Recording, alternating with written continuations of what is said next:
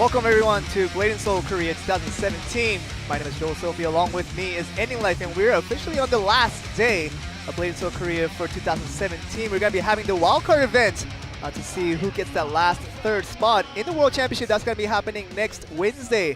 But we have 8 teams today that is going to be facing up. We're going to finish it off all at once today. We're going to see who's going to get that third and last spot. But 8 teams here, a lot of information, coming into this event, because this is going to be the last day of Korea finals before we move right on to the World Championship. But there are a few teams that we already are familiar with, but other teams who we are less familiar with. But what's kind of the story here, with the 8 teams that are facing off today?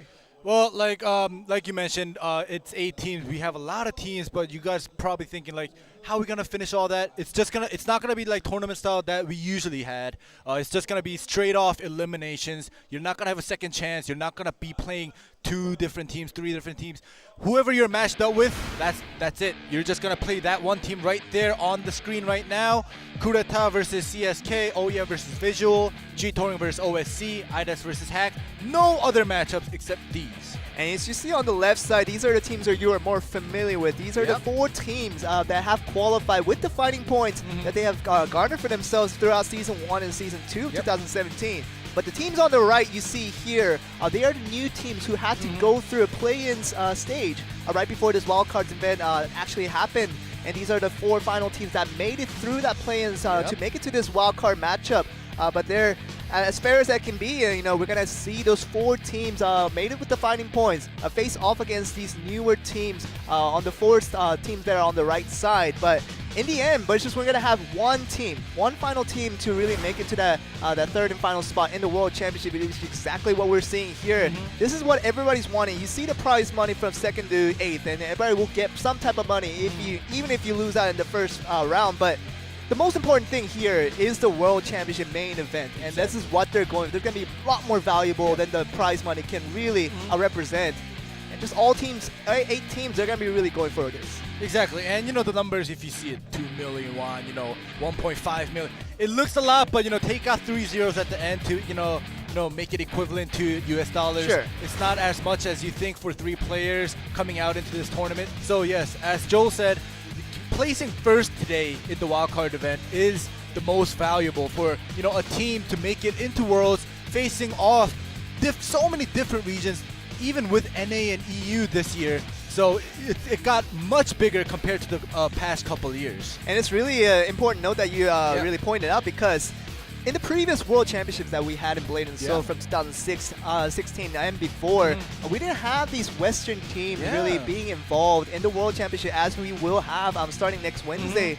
And having the NA region and the EU region as well joining this time, it's going to be a lot more variety as to really what the World Championship should have represented in the first place. And we're going to have those Western representation that we're really excited to see starting next Wednesday. But we already know that these players, we saw them in the regionals, we saw them in the qualifiers that blade&soul has shown throughout the past couple of months. But 2 teams from NA and 2 teams for EU, they're already decided to come to Korea, and in fact they're actually already here in Korea. They've already landed, and we're in this studio in some format, and we're going to be able to hopefully see them. But all in all, very exciting stuff to see all those 2 regions being represented. Yeah, from what I heard, all the players from all the regions are already actually here in the OGN building.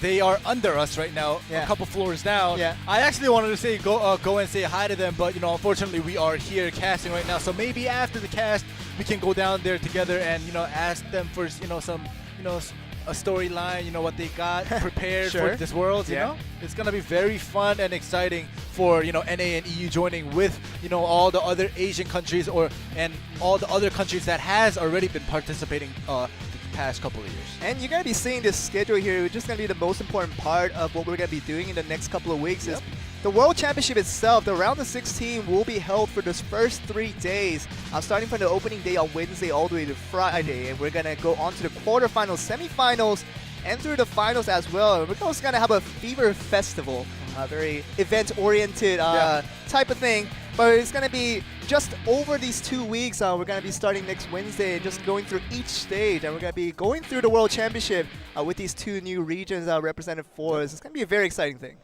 Exactly. And you just mentioned the Fever Festival. We actually had this last year, and a lot of famous Korean singers or groups came out onto the stage and sang, I enjoyed it as well. If you guys you guys might actually be watching this in Korea, maybe to root for your teams or your fans. Stay until the 30th, even though the 29th is the last day of the tournament. Stay until the 30th to watch and enjoy the Korean culture, I guess. I mean, if you're keen for K-pop and you're going to be represented with the top artists probably being there on the stage, but we haven't heard of specific artists or specific groups that are going to be there. But probably promise that it's going to be one of the top ones there. At least I'm excited for it, regardless of who comes out, because I'll probably know most of them. But yeah, for the first match, we have Coup d'etat and CSK, and let's get into the VCR right away.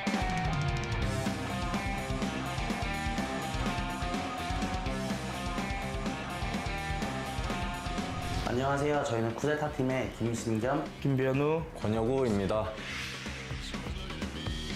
코리아 파이널 시즌에서 직업들의 교체가 많이 있었어요. 그리고 선수도 이제 김변우 선수가 투입되면서 코리아 파이널은 저희가 합을 맞춰가는 단계라 생각했고 와일드카드전에 올라오면서 저희는 더 완벽해지고 있다고 생각하기 때문에 이번 와일드카드전은 기대해도 좋을 것 같습니다.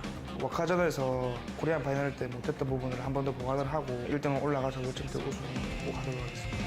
지금 올라온 팀 모두의 목표는 월챔 진출일 거예요. 저도 일단 기본적으로 월챔 진출을 기본적으로 목표로 잡고 있고 월챔하면 김신겸 아니겠습니까? 클래스의 차이가 뭔지 한번 보여주도록 하겠습니다.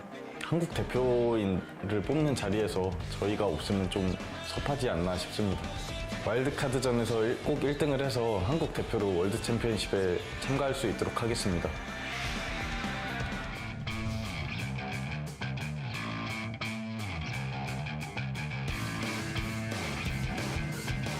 안녕하세요. CSK 팀의 송영호, 김신우, 차천우입니다. 저희 팀원들의 성을 따가지고 TSK로 했습니다. 원래 알고 있던 사이였고 천우 형이 저한테 대회 나가볼 생각 있냐고 해가지고 건막 자리가 비어서 제가 들어오게 됐습니다. 잘 막아요? 가끔 못 막을 때도 있어요. 이재준 선수보다 높지 않을까 싶네요. 쿠데타 팀에 새로 합류하게 된 민검사 김변우 선수만 잘 공략한다면 승산이 있을 거라고 생각합니다. 들어온 지 얼마 안 됐기 때문에 듣기로는 연습할 때도 좀 삐걱댄다고 하더라고요. 그 점만 집요하게 노리면 될 것 같습니다. 그냥 무조건 이기고 싶어요. 그러니까 항상 와이프가 경기를 즐겨 보는데 와이프가 보고 있으니까 이기는 모습만 보여주고 싶습니다. 저는 형들 높은 곳으로 올려드리고 싶습니다. 제가 알기로 쿠데타 팀의 김신견 선수가 예전 GPM하고 경기하는 걸 보니까 난입을 한 발짝 빨리 나와서 배지파동으로 안돌기를 걸어 보이더라고요. 제가 그걸 유념해가지고 한 발짝 더 빨리 나와서 김신견 선수보다 먼저 팀원들의 세이브에 힘을 내겠습니다. 그러니까 지금 한국 대표로 쿠데타 팀이 강력한 후보로 알고 있는데 프로잖아요, 쿠데타 팀은. 저희는 좀 아마추어긴 해도 저희가 개인전은 그래도 어느 정도는 하고 있으니까 태그만 조금 다듬어서 나오면 충분히 승산 있고 쿠데타 팀을 이겨서 한국 대표로 선발이 됐으면 좋겠습니다.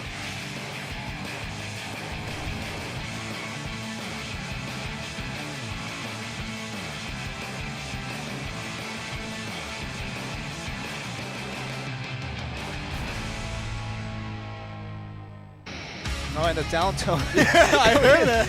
Music gets us down. But to get back right up, though, we have Coup d'etat. It's going to be facing up against CSK. And it's, we have to say it's interesting, but in the fact, it's kind of predictable how this game will unfold. Yeah. But the only difference here is that, usually when we cast Blade and Soul and when we present it to you guys, we always do provide these second chances to these teams who have made a little mistakes and lost the game that way they shouldn't. And they get their second chance to get right back up. But this is very different with the wild card because you only get one chance and you don't get second chances to make it to the next stage. So somehow, if Coup d'etat does not beat out CSK and don't make it to the second round, they have no chance of representing Korea in that third spot. And it'd be a complete blasphemy to really think that Coup d'etat won't be representing Korea in the World Championship, as we, at least two of these players with Shingan Kim and Hyuk Kwan, we always see them in the world stage. And, we always want to talk about this event where those two players aren't there, it just doesn't seem to make very much sense. Yeah, it doesn't. And you guys saw in the VCR, Shinhancard was like,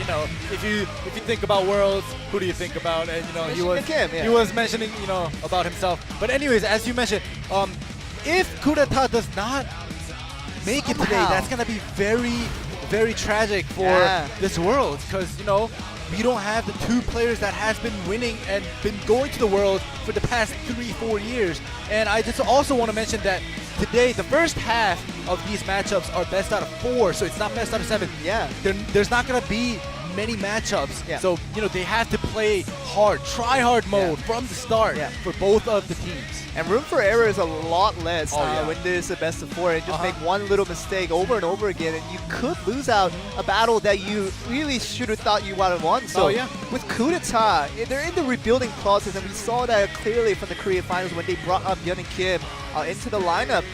But now with Shin and Kim and Hyuk Kwon, they were trying to carry the team, but it didn't actually turn out into fruition in Korea finals because they didn't even make it to the actual final day. Yeah.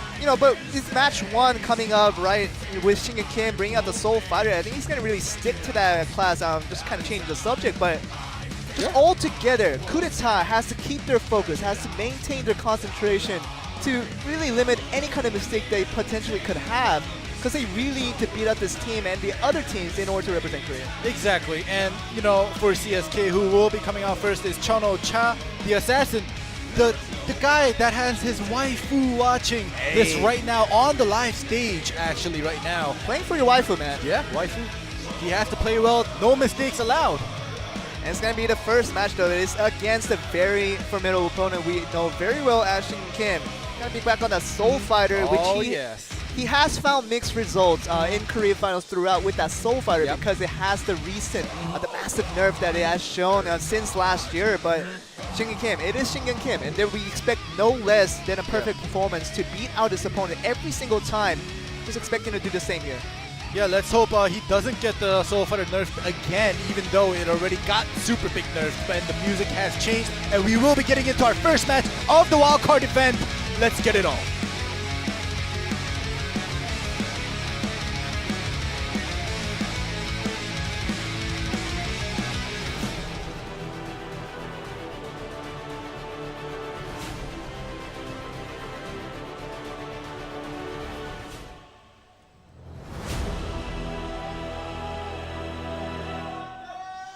And it seems like the name format changed a little bit. It's not the full name that we're used to seeing, but you get the classification, and also with their actual names. Shingyum's name actually looks like Sink Yum.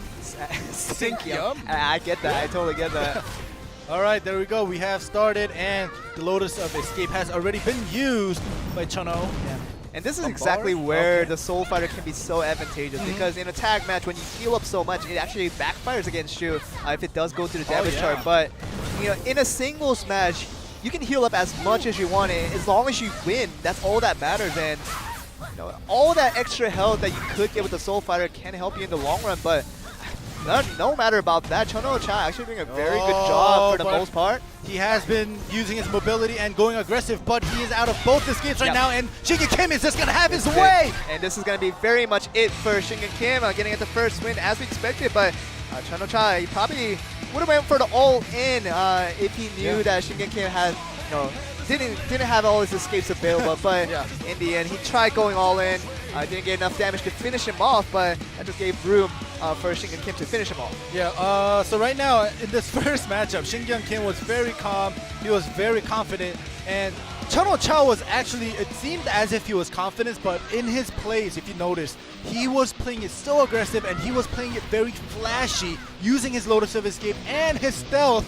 Like, he didn't stagger it enough for the other one to come back to cooldown, and when you're both out of escapes, Shin Kim Soul Fighter is just gonna do his combo breaking claw punch combo, and you're just gonna get finished off. And definitely this is the difference between the rookie assassins compared to the veteran assassins, where we see these veteran assassins when they go for the all-in, it is when their opponents are out of all of their escapes. But Chunho Cha, he just went in straight on from the first second of the match, and I tried to put in enough damage to finish out, but that's not how the game works out, because you need to have that sure finish and really the guarantee that you can finish off an opponent, but he definitely didn't have it there.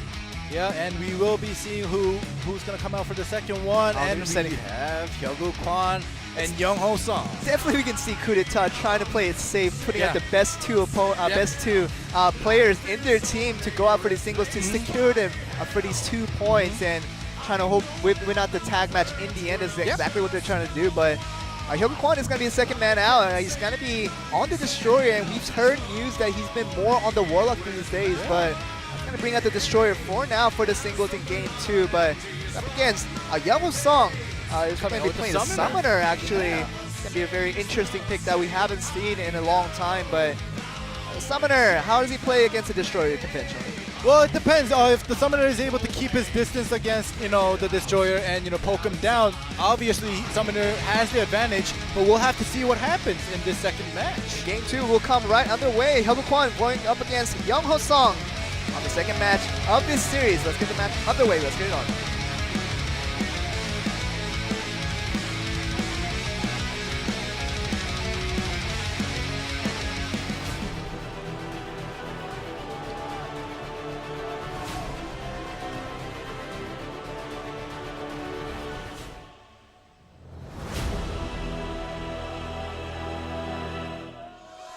We're going to begin game 2 with this 2 teams, Coup d'etat and CSK, fighting for the first match of this wild card.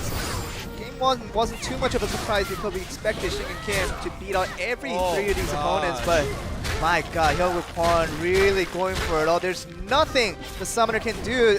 Finally uses his escape. Down to 80% health. Already clumped out. It's for the first moments of the game. Alright, done. It is very much done.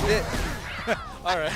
Well, the commentary, please. Commentary. Hyogo Kwon actually went in aggressive in the beginning, landing his CC, forcing him and catching him. Look at his face. Yeah, he knows it. He feels it. Yeah. He feels the difference in level. Yeah.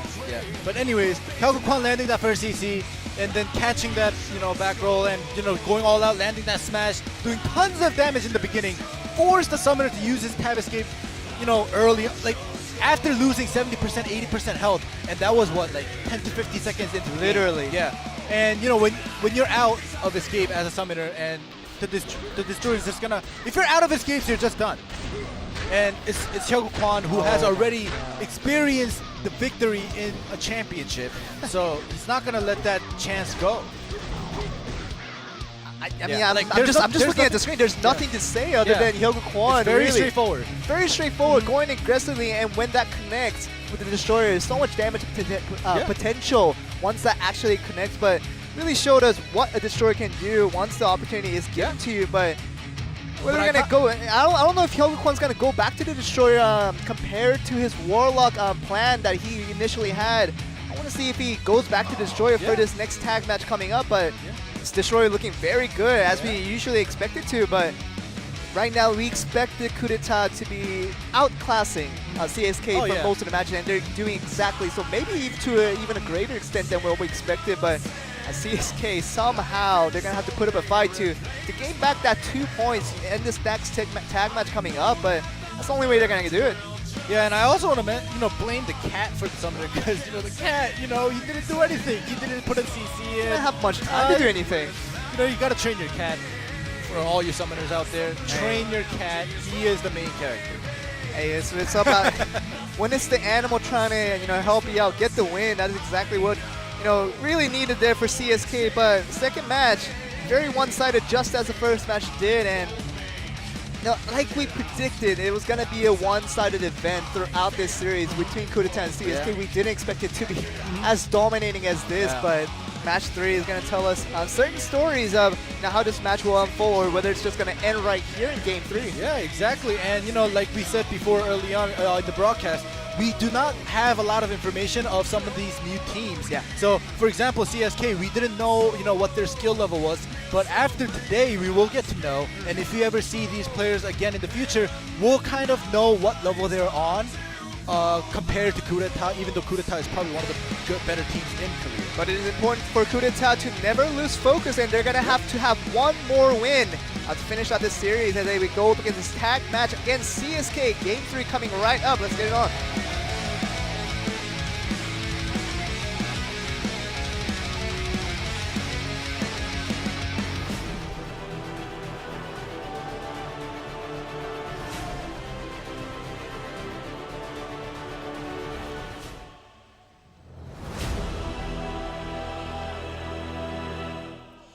So far, 2-0 for coup d'etat, and your prediction was right. Hyokwan stayed on the oh, destroyer. he did, yeah. Yeah. So No Warlock. I mean, if you look that good on destroyer, why not play an attack match? As Exodo was predicting, and really that's what it's going for again. With the double windstorm combo. Woo! Glacier. All right. That's not even fair. Yeah, it's not. But the stealth has been used. And this was actually the first matchup of today, repeat, but it's in attack. And there we go with the interfere. It's a defensive interfere trying to negate the damage, but really not helping his teammate that much because Shinhancard's going to go back at it again. You can't use an interfere every time Shinhancard pulls out an attack. This doesn't work that way. And another one. in the first minute, 30 seconds. Yeah, in the first 40 seconds or so, one man is about to be knocked out in. All right, there is the first tag. Yep, that was a must, and he is already out of his tab escape. Shinwoo, the Blade Master. Andy, let's play a prediction game here. Do you think Shinhancard's gonna tag out before this game ends? Well, he's probably gonna be force tagged out. Oh, okay. Yeah, he's gonna get force tagged out. Can you not finish the game in 40 seconds or so? No, I think that's asking for too much. Yeah, that's asking for too much. But yeah, he probably won't be using his tag point. But you see why I'm saying that, yeah, because exactly. look at that. He's taking no damage. For the Blade Master trying to come in and trying to put some damage on the Shinhancard, but they just heals him back up. Yeah, they cannot keep up with Shinhancard's movement. There we go. Ground Ripple does not connect. Cyclone is used by Shinu. It just seems like CSK has kind of acknowledged the fact that they're not going to win out this series and trying to stun him out and really trying to put in the damage, but defensive interfere does come in from Kim on that Blade Dancer, putting the lightning draw and a little bit of defensive efforts to put in there as well, but Kim's going to go out. Whether the chase will happen doesn't actually happen towards Hyokwan. Going to be out on the destroy, puts him on the stun though. Yeah, the force tag actually did happen. Shinhancard didn't use his tag point. Oh, pulls it in though, Chono-cha. Alright, Chono is out of both escapes again. He might have to use his last tag. There we go. Because that's so little health that you have to work with, and Hyokwan, you just give him a chance, to give him an inch. He'll do all the damage to finish you off. Yeah, very unfortunate for CSK. Going up against coup d'etat in the first and last matchup potentially, of this for the wild card. Oh gosh. There you go, Hyokwan wallbanging with the Typhoon. Hey, we haven't seen a destroyer wallbang for a long time, but you can do that when you're Hyokwan. Yeong-sung is already very low on health. He's gonna have to tag out sooner or later. He's not gonna stay in for too long. He should do it very soon. Hey, he doesn't have the escape. Yeah, he doesn't have the escape. Opens for trying to put in a little bit of damage before he does, but that might be a little bit risky. Now he does, so turned out to be a good tag out. Timing-wise, the landmine is planted. Oh, that was actually very good, but body swap into the landmine. That was good. That was very clever. Yep, Shadow Slash connecting with the body swap. But Shinhancard comes in and just windstorm combos. Off that interfere. The defensive interfere came in pretty late from CSK, and it's going to be the second man now, most likely. That's going to be the second man now already. Kim on the Blade Dancer knocking it out. This is probably a very happy moment for Kim because he hasn't been able to perform like this in the Korea Finals, but against these opponents, he's able to do that a lot easier. There we go with the aerial. Nice. All right, very a 1v3 with the Blade Master is it's unlikely to happen. He's already out of his escape, and he only has the back row. But Kim just gonna put the double aerial. Chase. Doesn't even need to interfere to finish him off, and that's gonna be it. The lightning draw will be. That doesn't even land on the lightning draw to finish him off, but as predictable as it was, coup d'etat 4-0 against CSK, and they advance to the next round. Yeah, like I mentioned multiple times, very unfortunate for CSK to go up against coup d'etat, and you see their faces. They're not sad because they kind of I can kind of guess that they kind of knew that. They're not even surprised. The class level, the skill difference, they already knew it. So they aren't even disappointed right now. I mean, the thing was, the coup d'etat was, you said this right before broadcast began, and they should not even be here. They should not even be in the wildcard. They should already have secured either the first or second seed heading into the World Championship, but now they are trying to fight for this third seed through this wildcard, but they have to beat so many teams to get there. But like I said, they shouldn't be here, but they are here. Now they're just showing a little bit of dominance, but it's important for them to not lose focus, like I keep saying, because just one track of miss on that focus can really knock you off in an instant, and then you just suddenly lose your hopes of representing yourself in the World Championship. Yeah, coup d'etat is finally, has jumped over the first hurdle. Yep. but you know, look at the replay. There's not really much to analyze. It was very one-sided for coup d'etat. Yeah. Shingyun Kim, everybody actually on coup d'etat performing very well. You know, Hyego Kwan landing that wall bang with the Typhoon. Byung-Woo Kim with the very nice defensive and offensive interferes, and Shingyun Kim just doing his Windstorm combo to you know, double knock up and finish off many players on CSK. And it just seemed like the 3 players from CSK didn't do necessarily bad. They just didn't do anything. Yeah. That's the difference here, because the coup d'etat did not give any room for any of the CSK players to make a move for themselves. The only move that we kind of remember for this entire tag match was Chono Cha doing that body swap into the landmine, which was probably the only clever move that we saw out of them. But other than that, there was nothing that came out of CSK throughout this entire tag match, and it ends in a very easy 4-0 victory for coup d'etat. And they're going to be advancing to the next round, but gonna have to keep focused because they have a lot more opponents to defeat if they're going to represent themselves and Korea in the World Championship next week. Yep, and we are already done with our first matchup, and we probably are gonna be going to the commercial very soon until we get ready for our second matchup, which is Oh Yeah versus Visual. And you guys might know some of the players from Visual. It is a new team. The name is new, but you know, you'll see very soon that, you know, when the player names come up, you guys might be surprised. Definitely be surprised and be having a lot of expectation, because we're going to be coming right back after this short break. So stay tuned to come up back with the second game between Oh Yeah and Visual for the second match of our series. And this wild card's coming up. We're going to go to a short break very soon, and we'll come back right after.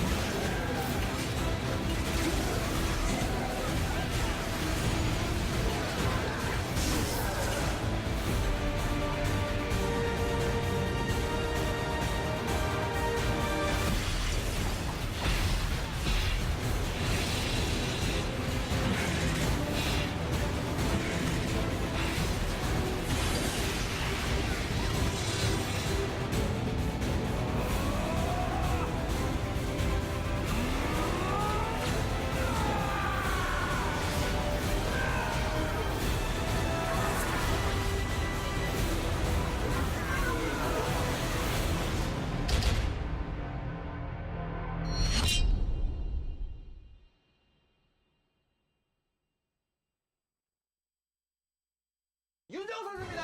예. 아니야. 내가 그것도 모를 거 아니 내가 말을 들어보니까 아니를 원래 이렇게 많이 사용합니까? 사람의 입에서 당연히 나올 수밖에 없는 거야. 에이 컴퓨터잖아요. 아니. 벌써 2번 또 썼네요. 자, 이러면은 비공포가 또 돌아오죠. 분노를 이기고 이제 그때 그렇게 했지. 말은 넣지 마시고요. 맞아.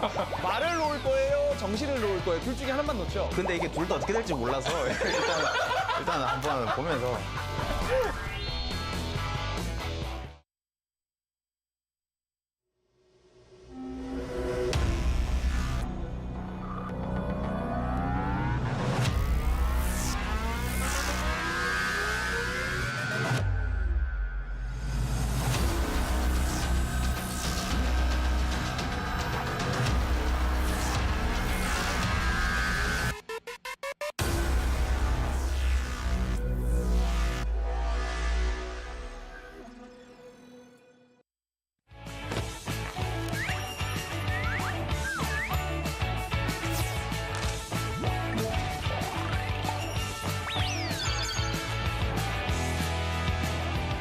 역사의 산 증인 최성진 모셔보겠습니다.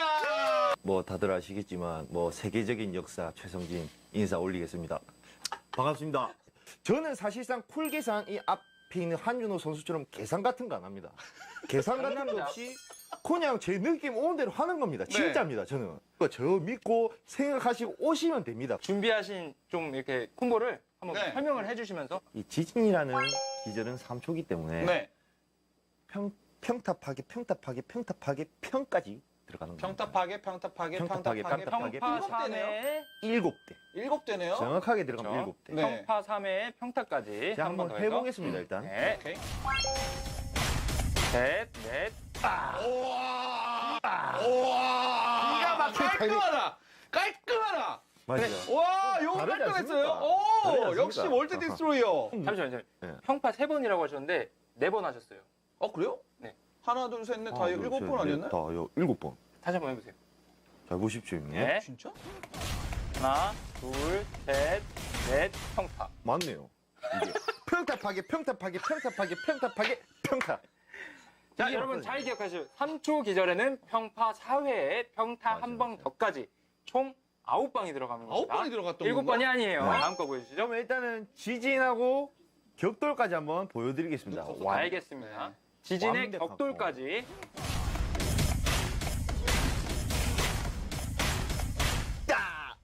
맞죠? 이게.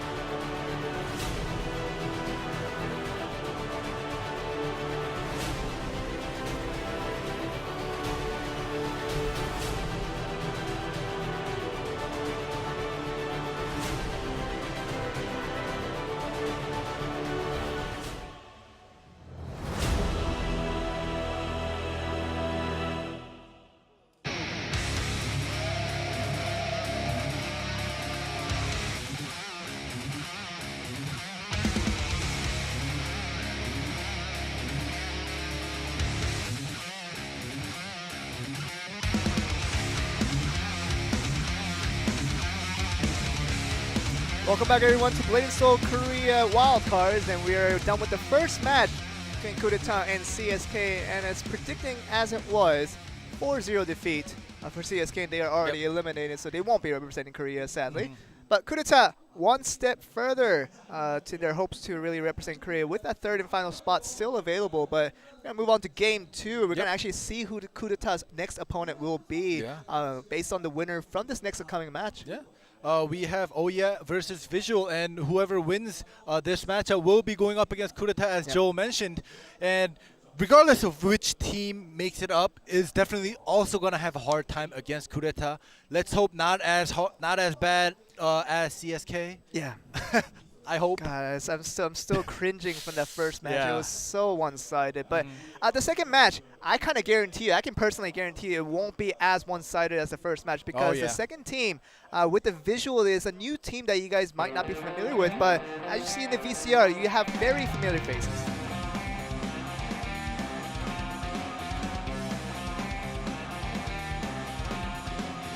안녕하세요. 오해팀의 김재유, 이상훈, 이수환입니다. 저희 오해팀은 파이널 시즌에서 챌린저스 마지막 판에서 아쉽게 떨어졌는데 이번에는 아쉽지 않은 경기를 하고 싶습니다.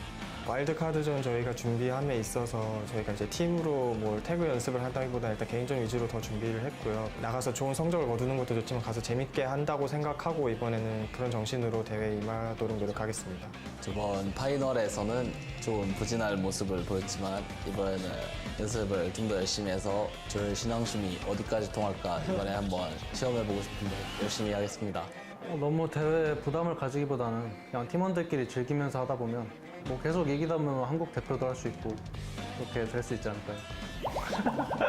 비주얼 팀에는 소환사 선수와 암살자 선수가 잘하긴 하는데 검사를 하는 유저가 좀 문제가 많아가지고 이기는데 크게 지장은 없지 않을까 생각하고 있어요. 비주얼 팀을 상대할 때는 이제 소환사 오민정 선수가 가장 위협적일 것 같고 그쪽 팀에서 이제 준비해올 공격적인 이제 난입 같은 거를 준비만 해온다면 무난하게 이길 것 같습니다.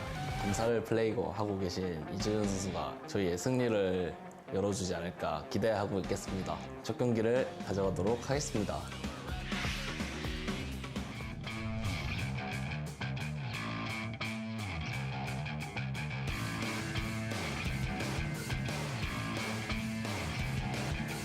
안녕하세요. 비주얼의 오민정, 신용진, 이재준입니다. 여기 이재준 선수가 비주얼 팀으로 만들자고 해서 비주얼 팀으로 만들었습니다. 저희가 원래 따로따로라도 이제 태그를 많이 해서 이제 합이 어느 정도 맞는 편이고 그리고 재미도 있고 해서 그냥 같이 재밌게 한번 나가보자 해서 같이 나가게 됐습니다. 그 중에 누가 제일 비주얼 된다고 생각해요? 하나, 둘, 셋. 나요? 전혀 그런 사람이 아닌데 이상하게 또 오해가 된 것 같습니다. 그러니까 제가 살짝 비무장에서 살짝 동네북 이미지라서 이게 현실과 많이 왜곡이 된 상태입니다. 현실에서도 뭐 창업관 아니죠? 비무장 사람들하고 좀 친하게 지내는 것도 있고 좀 막 대하는 이미지라서 이제 좀 만만하게 보는 것 같은데 저 전혀 그런 사람 아닙니다. 제가 비언감 한번 맞춰드리겠습니다. 오해팀에 이상훈 선수와 이수환 선수와 김재유 선수가 있는데 그 세 명은 그래도 저한테 안 되는 것 같아요.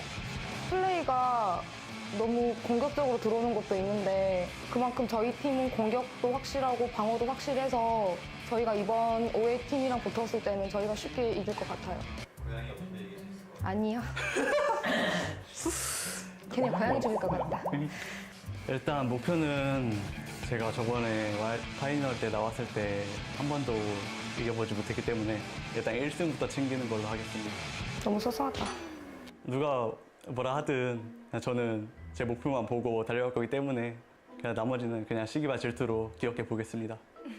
그리고 이제서 다리 조금만 볼까요? 와, 너무 쪽골이라서. 아빠한테 말하고 싶었어. 아직 월챔에서 여자 선수가 한 명도 출전한 선수가 없는데 제가 이번에 여자 최초, 국내 최초로 나가서 다 쓸어버리겠습니다. 좋아. 맞다, 우리 그만하다 이거. 월드 챔피언십에 꼭 진출해서 한국이 제일 강하다는 것을 꼭 보여주고 싶습니다. 제가 다른 팀으로 시즌 1이랑 2랑 파이널을 나왔지만 다 결과가 안 좋았는데 이번 와일드카드전에는 새로운 팀과 함께 더 월챔을 목표로 열심히 하겠습니다.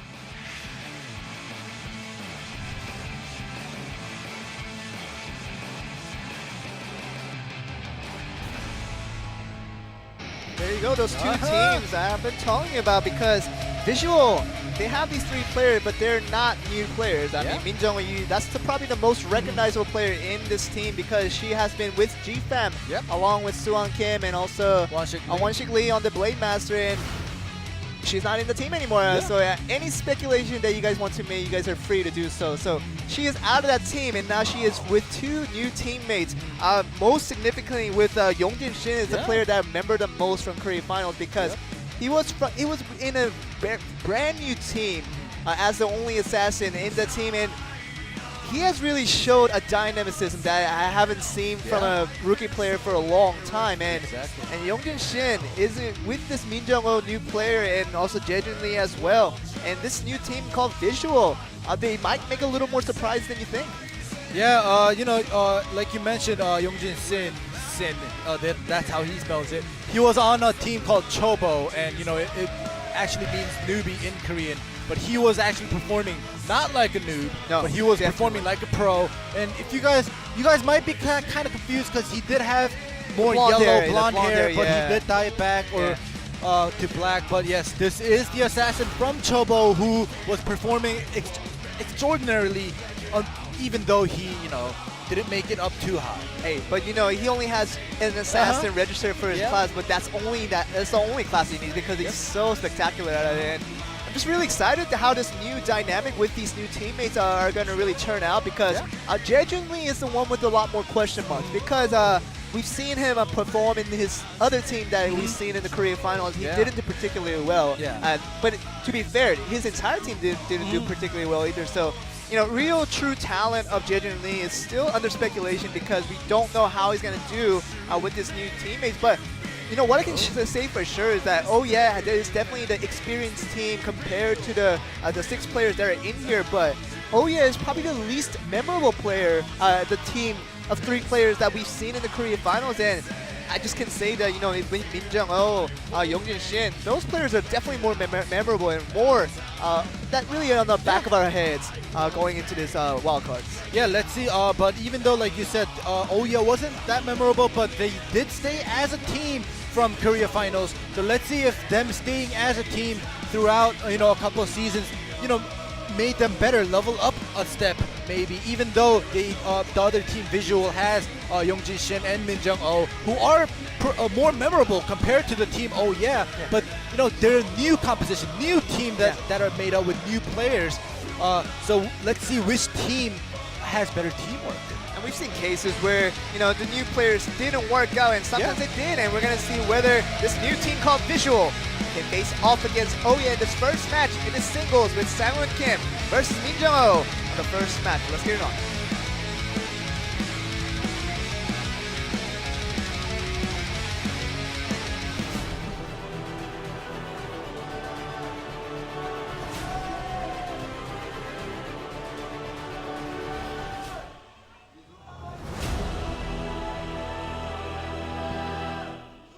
Here we go for the first match. All right. And Visual. This is probably the more exciting match of this first round because we kind of know kind of their skill level. We've seen them in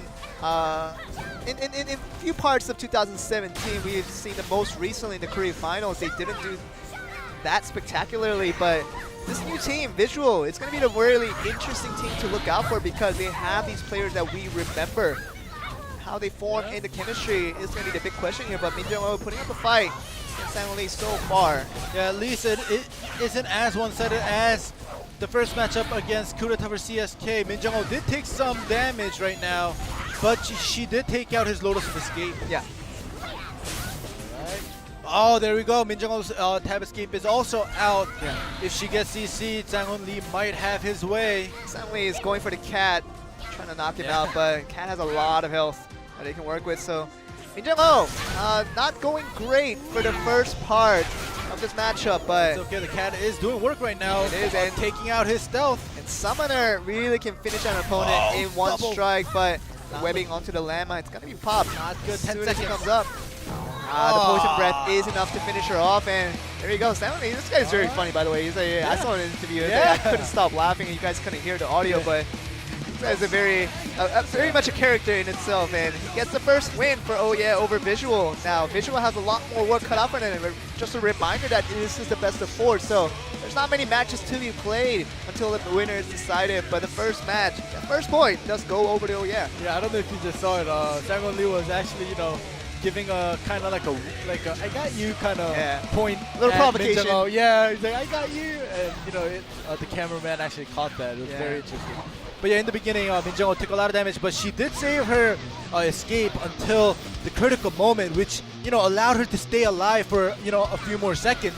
But after that, Tab Escape being out with that double stun with the Cat and herself, that is her downfall, with the Poison Breath finishing her off. So, I mean, but Summoner is a little bit less mobile than what Assassin can be, so, you know, following the tracks is a little bit difficult, but kind of expected Min Jung-oh to at least put up a fight against Sang-Won Lee, but Sang-Won Lee doing pretty good for the first match to finish her off, and game 1 does go over to OEN, like we said, and 1-0 up now for this team. We have one more single before we move on to the tag match, but we're going to see who comes out for the second match. I really want to see Yongjin Shin because he just reminded me of so many things in the Korea finals. And whether oh yes, we're going to see him. So Yongjin Shin, he's going to be out for the second match. And Team Visual, this is the guy that really surprised us with the Team Chobo that came out in the Korea finals and surprised us. And he's going to be up against Suwon Lee on the Destroyer. So matchup-wise, the Assassin does have a little bit of advantage. Yeah, a lot of advantage, yeah. Not a little bit, yeah, but especially with the mobility. Yeah, especially if you remember how Yongjin Shin played the Assassin, he is definitely gonna. He should be able to play around against this Destroyer, but you know, Suwon Lee's Destroyer isn't as bad as we make it sound. Sure. The matchup itself is kind of towards the Assassin, but Yongjin Shin also being a very formidable Assassin. I'm just saying that he might have an easy win, but Suwon Lee is also a very good Destroyer player as well. So whether the mechanics coming from Yongjin Shin will be having to win out handily against the Destroyer of Suwon Lee, we have to see with the second match between OEN and Visual. Straight underway, let's get it on.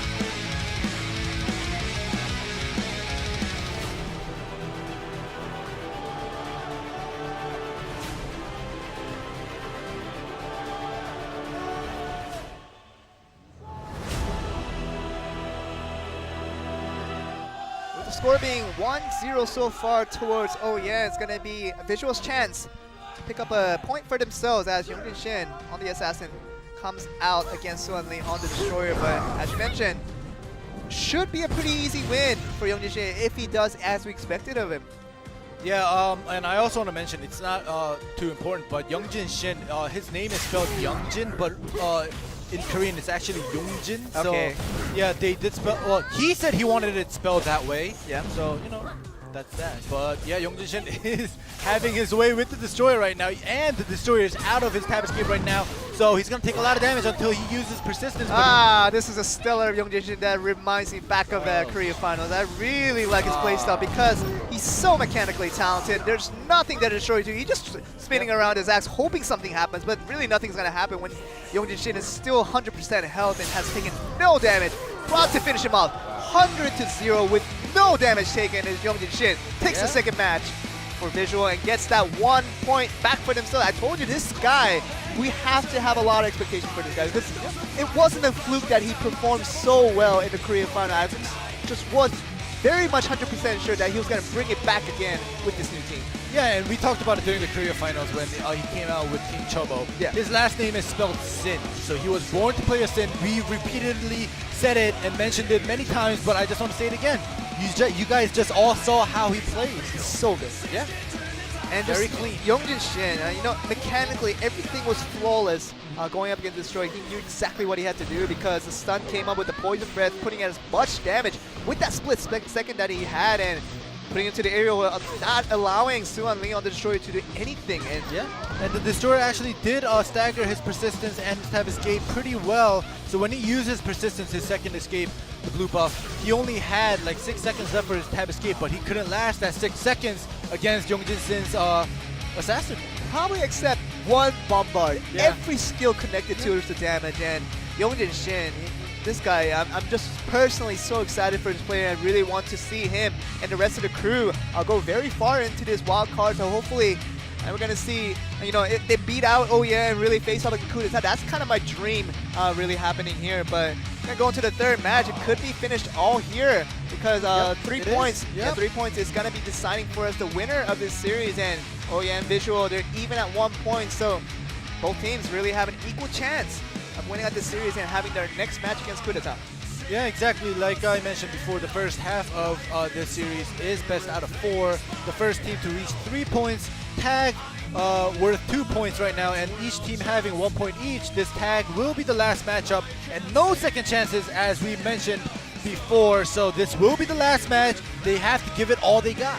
And Jaejun Lee is going to be out for the first time. We're going to see a first glimpse of him since the Korea finals, and this is going to be the important note that we have to really answer for ourselves because Jaejun Lee hasn't been performing to his best, but we're going to see whether he can pick it up and really represent his team in the right ways. Going to see the game 3, the last match of this series between OEN Visual. The second match right underway. Let's get it on.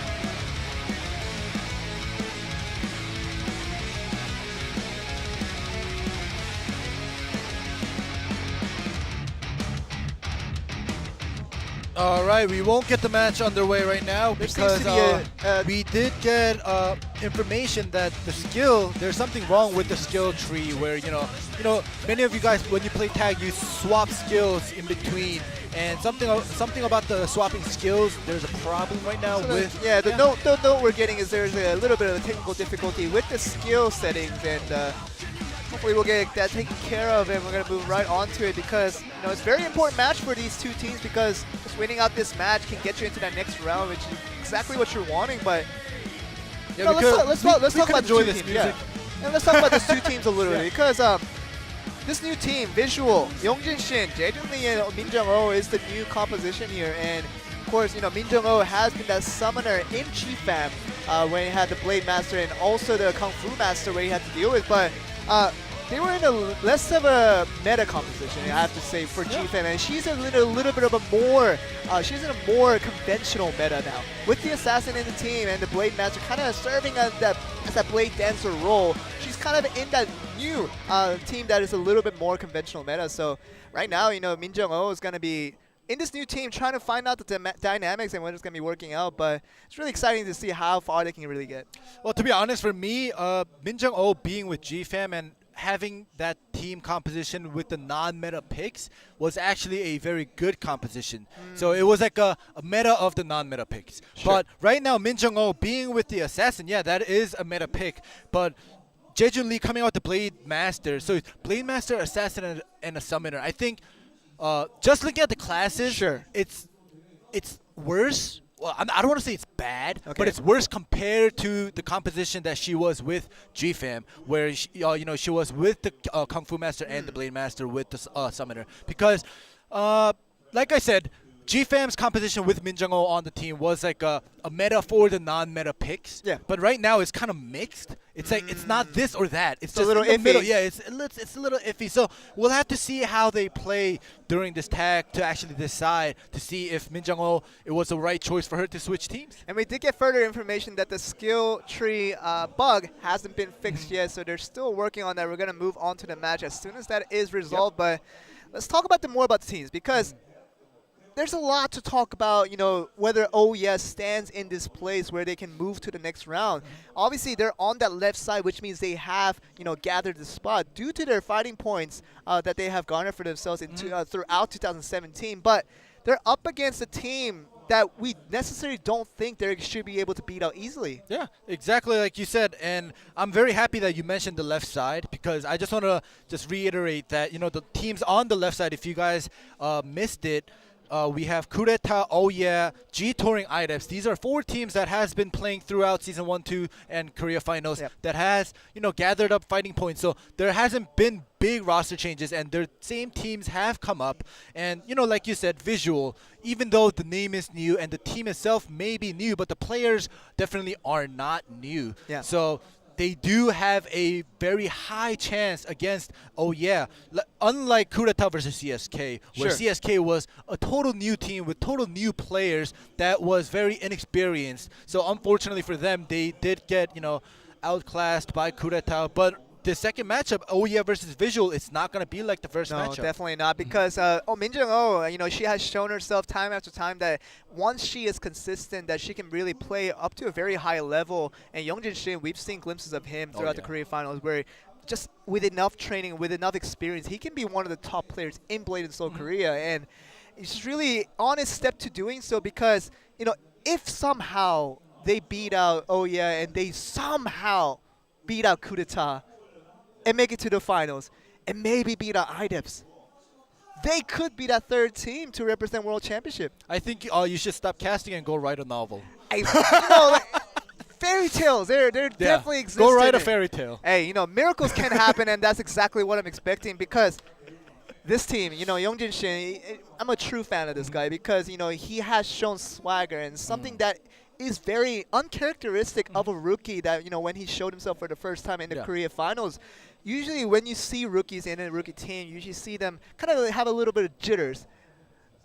OM seem to be having a further information Oh, actually, we're going to get about a 10-minute delay. That's the word that we got from our producers, and seems like the problem is reoccurring, especially with the account. So the entire account has to be resolved here. So we'll let them do their thing. We don't know how they're gonna fix it, but yeah, there is a technical difficulty, and they will fix it, but it will take about 10 minutes. That's what they're saying. Let's hope it doesn't take a full 10 minutes, because that's gonna be like a whole tag match time. I mean, I don't mind it, but it's just you guys on the viewers have to watch our beautiful faces for the next 10 minutes.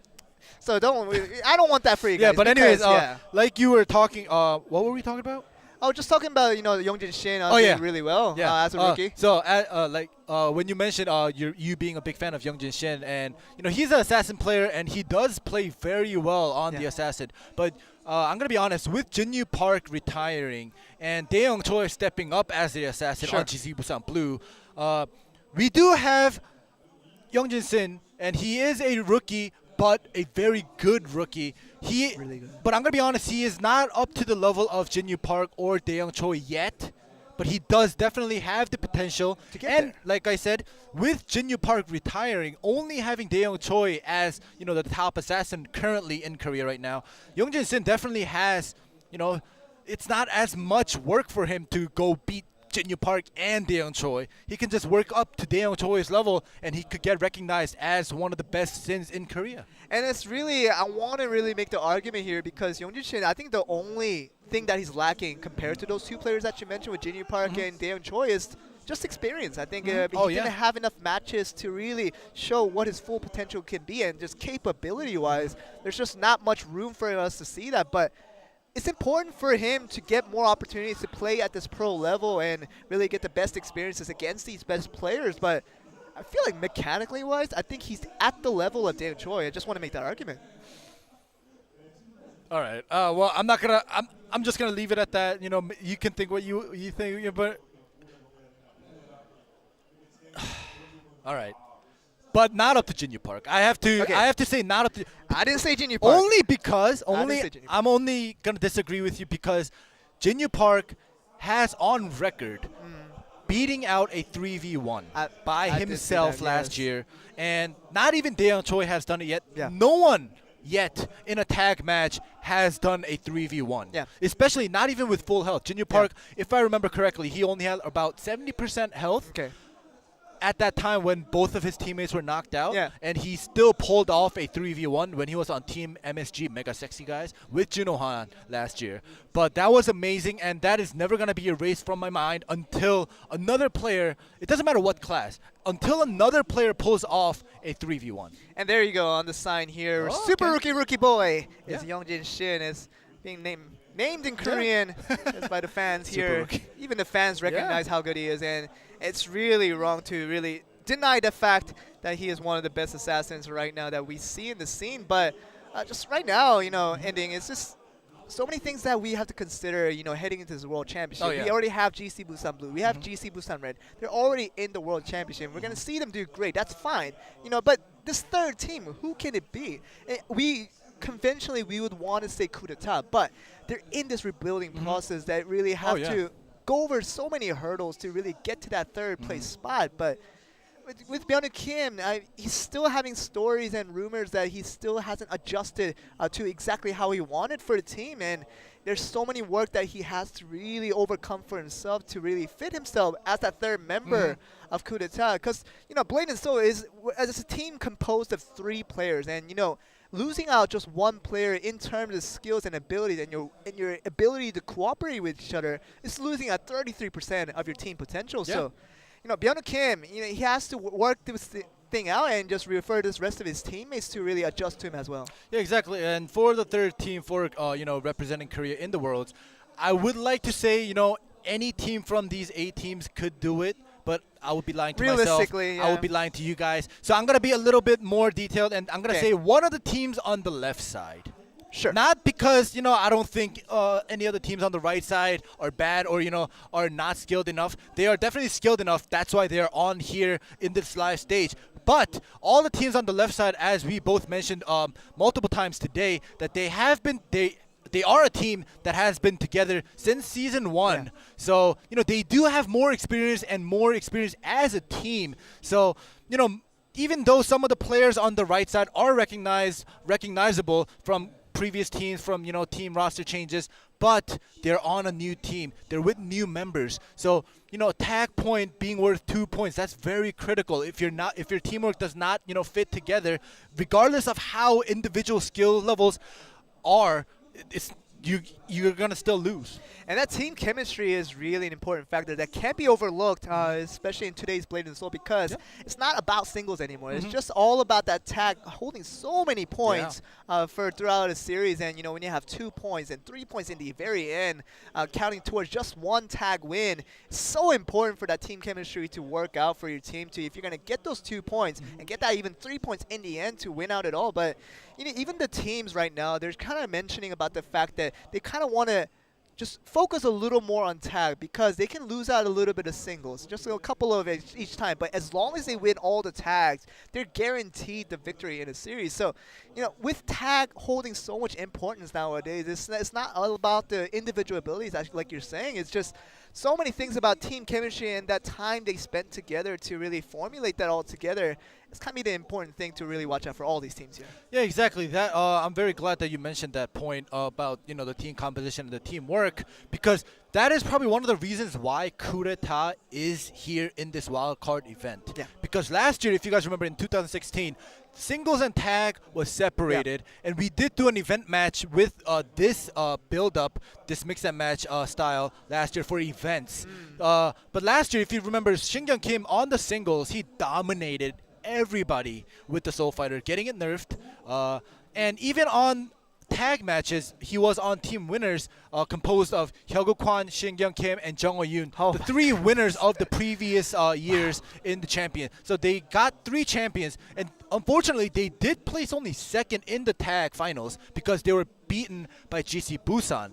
It wasn't red or blue. It was just GC Busan. And at the time, that was a complete surprise because when you have Jung Ho-yoon, the power potential of this guy compared with Shinhyun Kim, paired up with Hyegu Kwan, is so much power levels, in terms of single play. But team play is definitely a different story when we were trying to mention the differences there between the 2 play types. And coup d'etat, back when they were called winners back then, when they only placed 2nd, was a big surprise and really a statement that really showed all of us that it's not about all of your singular and individual abilities anymore. It's about your ability to cooperate with your teammates and to really form a good team chemistry to pull out a win in the tag match, because there's so many dynamics that really cooperate to getting you a win in that. Yeah, exactly. And, I keep going back to, the previous years in Worlds, or just the previous years seasons, because when singles and tag was separated, it was a totally different tournament. Now that it's mixed up, like singles and tag, even though we still have the singles and the tag in the mix and match, it's worth different. It's worth a lot more when you're last year when you're playing singles by yourself. If you lose, you do not affect a team. But now, even if you do lose or win a singles, you're not alone. You're not by yourself. You still have a team right there next to you, 2 other players, and that will affect your team if you lose and give the opponent 1 point, and that might actually cause you that whole set. And I just really like the fact that this format of Blade and Soul competitive play has really evolved into just beyond single play and tag plays being separated, but it's now together in this mix and match.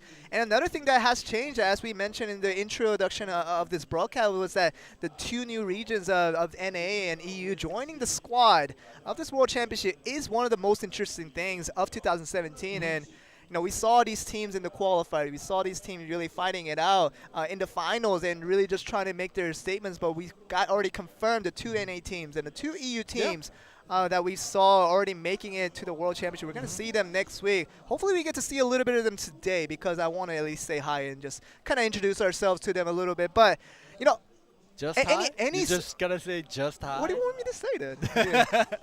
You're just going to, hi. Okay, bye. Hi, bye.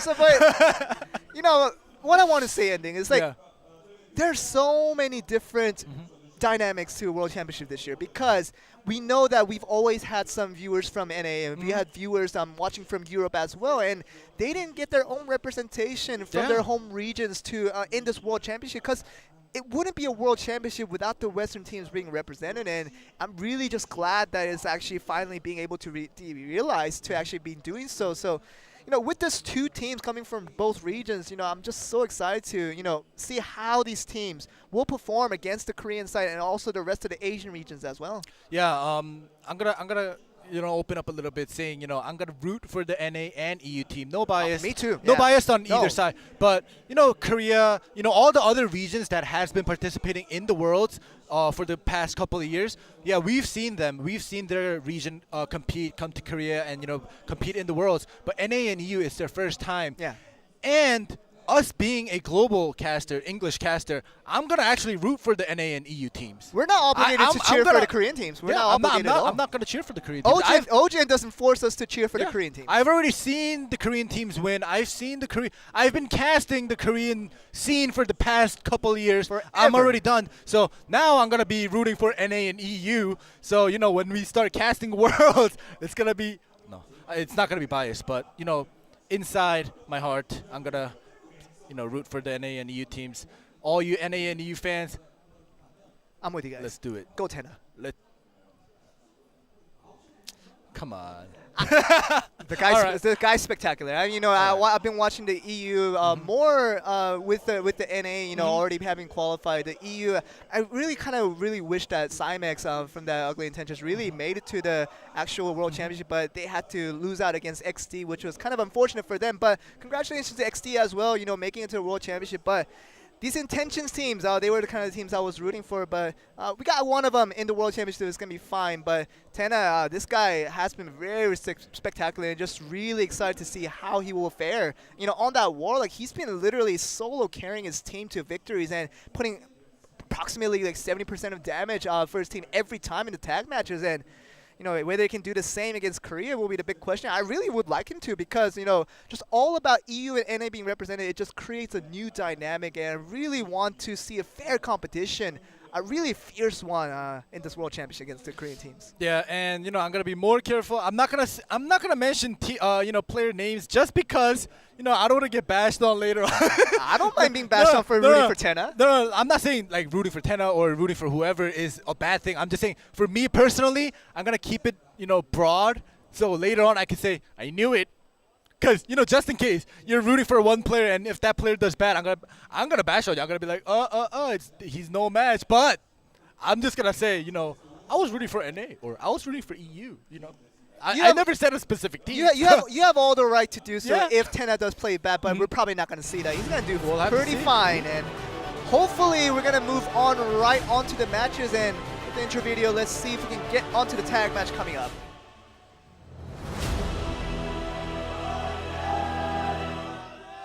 There we go. Finally, we get to see Game 3. Sorry for the delay, guys. There was technical difficulties with the skill tree, as we were told. Finally, they got it fixed. I think we got it done a little bit under 10 minutes, which was an accomplishment itself. But 2 Assassins starting us off for the tag match against Oya and Visual, and this will be the last match because the 2-point garnered up here by either team. Ooh, the fact to finish up the series. The chase actually happened, forcing out Youngjin Shin's both escapes right now. That interferer comes in to save him. Youngjin Shin, that's exactly not what he wanted there in the first moments of the game, but and he is forced to tag out using his first tag point already within the first 35 seconds. Minjung is going to be second person out, and she's going to be having to do some damage to Samwon Lee. Samwon Lee, he has made very little mistakes so far in the singles and also in this tag. We saw Youngjin Shin didn't take any damage from the second match in the singles, but took a lot of damage from Samwon Lee early on and allowed him to tag out. And Samwon Lee single-handedly forces out 2 tag points from Visual already, so it's a big win already in terms of advantages in the resource they have available. Yeah, I'm gonna just go straight out and say, you know, both the Assassins on either team are the MVPs, or are the players that has to be looked out for, because Samwon Lee right now, like you said, taking out 2 tag points, but unfortunately right now he is in the area, but he does have his stealth available. Oh, genuinely, he's playing with that Look at that landmine area effect that he had. It could have been popped at any time, but he just went in aggressively and put that damage on Sang-Won Lee, which was very good. Defensive interfere. The interfere comes in because they want Sang-Won Lee to be force tagged out in 3 seconds. Okay, but it's going to be a close distance whether he can get a chase off of that. They might be able to. He CCs him, webs him, and then he is force tagged out. Wow. You know, saving that tag point is crucial right now. Very much, yes. Only 2 minutes into the game, you know, Visual already used 3 tag points. Yeah. And, you know, Sang-Won Lee really doing all that he could to really negate any type of chase opportunity before he is force tagged out. What a very smart play. And a lot of credits do go out to this player because he has been doing everything right for this first 3 minutes that we've seen him out. All right, there we go. Time distortion is used by JU on the Warlock. Youngjin Shin is gonna get his stealth back in 10 seconds. There we go, he makes his move. Yeah, Youngjin Shin, this is his chance to go in against the Warlock. He can put in a little bit of damage, get the right angle on. Oh, gets back roll, he does get leeched. Get pulled in, but gonna escape for himself. So Youngjin Shin putting in damage already with the Bombard coming in for additional damage as well. Another second series of Bombard coming in, forcing out the defensive interfere coming out from the Destroyer. All right, now this time around, Youngjin Shin on Visual side is putting out work. To that body swap into that stun is amazing, and to that Bombard as well. So Sang-Won Lee didn't expect that coming from that right away. There we go with the interfere, and now Min Jung-oh is tagged in. Youngjin Shin actually used both his tag points already, and you know they still have 7 minutes to go. Definitely, and from the side of Visual, you have to think about a quick finish now because this lack of resources is going to really pay a big toll in the late game. But just right now in this early game, Oya has been doing majority for the right part, especially with Sang-Won Lee here on the Assassin. He's been doing everything right to really waste all of that resources on the side of Visual, but right now he's just continuing on with this. But Suan Lee, right now, Visual does have that slight advantage regarding health, but now Min Jung-oh taking a lot of damage. Tab escape is used. Yep, has to be used because a lot of damage coming in from the Destroyer. Reactionary 2v2, nothing too much happening for Suwon. He just backs off. It's fair to say Min Jung-oh hasn't done pretty much anything throughout this series so far. She has to do a lot more. She's going to bring her team to a victory, but in terms of health points they have available, definitely Visual is on the upper end on that one, but gonna need some kills and some actually few men knocked off. That is exactly what they're looking for on both sides, but Jin's gonna look for the finish here. Jae-yu Lee. Oh no, Youngjin Shin, no tag point. He has to last until that force tag. Oh, Jae-yu Kim putting in the damage from the Warlock, putting on the damage on the Assassin. There's no way he's gonna escape because he has no tag point available, and he's gonna be the first man knocked out from the side of Visual, and that's the crucial going into the side of Oh Yeah. All right, JU did do work, and Sang-Won Lee comes out with that small but he is healing up. He is healing up right now. There we go. Oh, she has to finish him off, but she's taking the damage on the other hand. Cat really not doing much. She wants him to do a lot more than that. Yeah, now Sang-Won Lee is out of his case, but he does have that tag point, and he tags out to Suwon, who the only player on Oh Yeah that has tag points, so very good choice. Oh, this is looking very bad for the side of Visual. The Destroyer holds up Min Jung-oh and punches her in the face, and that's going to be a Judgment Clean combo to finish her off, and the second person out for the side of Visual, and this is going to be a 1v3 scenario for Jae-Jun Lee. This is the guy that we've been worried the most about, and the two players that we had the most high expectations for already been knocked out of this match. Yeah, and I'm just gonna say, you know, like I said before, when a Blade Master is left alone by himself, it's very unlikely for him to do a 3v1, even though Oh Yeah's health bar is very low, other than Suwon. But I think it's more significant that the fact that the two players that we had high expectations for, they were the ones to be knocked out first, and it's the least expected Jae-Jun Lee to hopefully finish this out. But 3v1 scenario, Destroyer is going to be relatively healthy for most of that time, and there's not much room for the Blade Master to put in the immense amount of damage to finish him off, and that would be it. And a 3-0 finish in terms of tag match for Team Oh Yeah, and they will advance to the next round to face off against Coup d'etat. Yeah, and like we were talking about how, you know, Oh Yeah has the better composition as regarding the classes, and Visual, it was kind of iffy, like I said. And unfortunately, the player skill level could not cover, you know, that iffy composition, even though Youngjin Shin and Min Jung-oh, we did expect a lot from them. And it was crucial that Youngjin Shin was the first man to be knocked out because he was the main damage output that they were really counting on. And when you don't have him throughout this tag match, and there's, Min Jung-oh, she only can put in the damage when the chance is given to her. But otherwise, it's not going to be a consistent damage dealer like the Assassin could be, especially with Youngjin Shin controlling that class. But first man out with Youngjin Shin, and they really just went downhill from there. Yeah, and like I keep mentioning, the composition is very important at this level because, like I said, they are all pros. They are not noobs. They're not, new players coming into this scene. Even though, some of the players may be new to the offline scene, they are all formidable players of Blade and Soul PvP.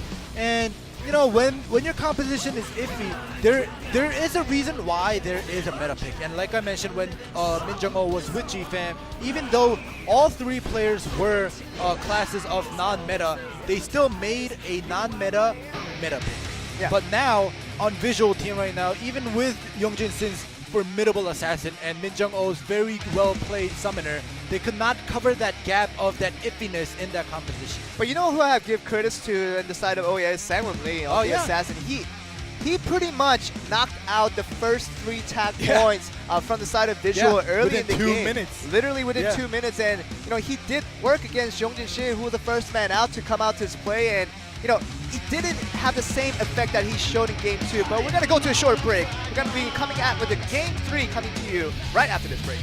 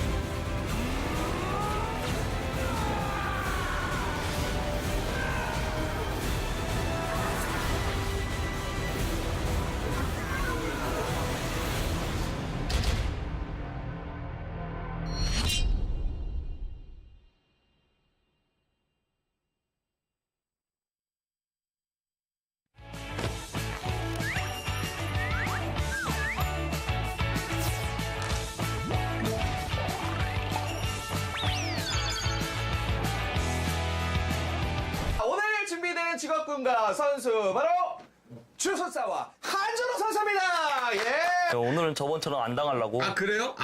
지금 마음을 단단히 먹고 왔다. 네. 오. 그리고 오늘 혹시 준 됩니까?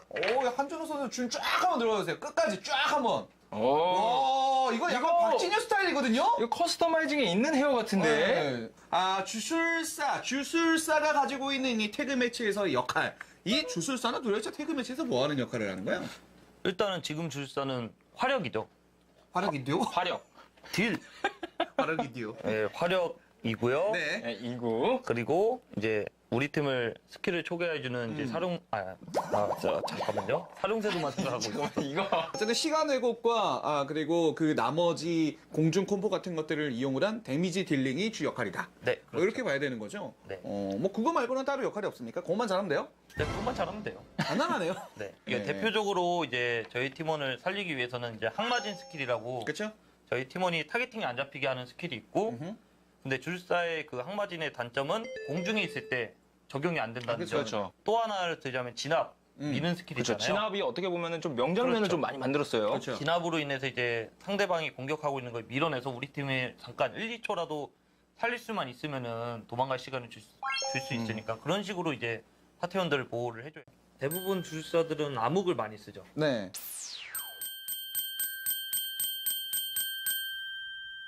저항을 많이 쓰는 이유가 상태 이상 스킬이 많은 직업이 아니에요. 네. 그렇기 때문에 한 번에 공격을 하고 이제 한 번을 버티는 식으로 게임을 플레이하기 때문에 이 저항이라는 스킬을 빼게 되면은 방어적으로 할 수 있는 플레이가 좀 더 줄어들죠. 한준호 선수가 이제 기본적으로 주술사 비물을 하려면 요 정도 무공 연계는 알아야 한다. 요거를 좀 이렇게 알려줄 건데요. 네. 혹시 실패하시면 눈썹 한쪽 지울 수 있냐고.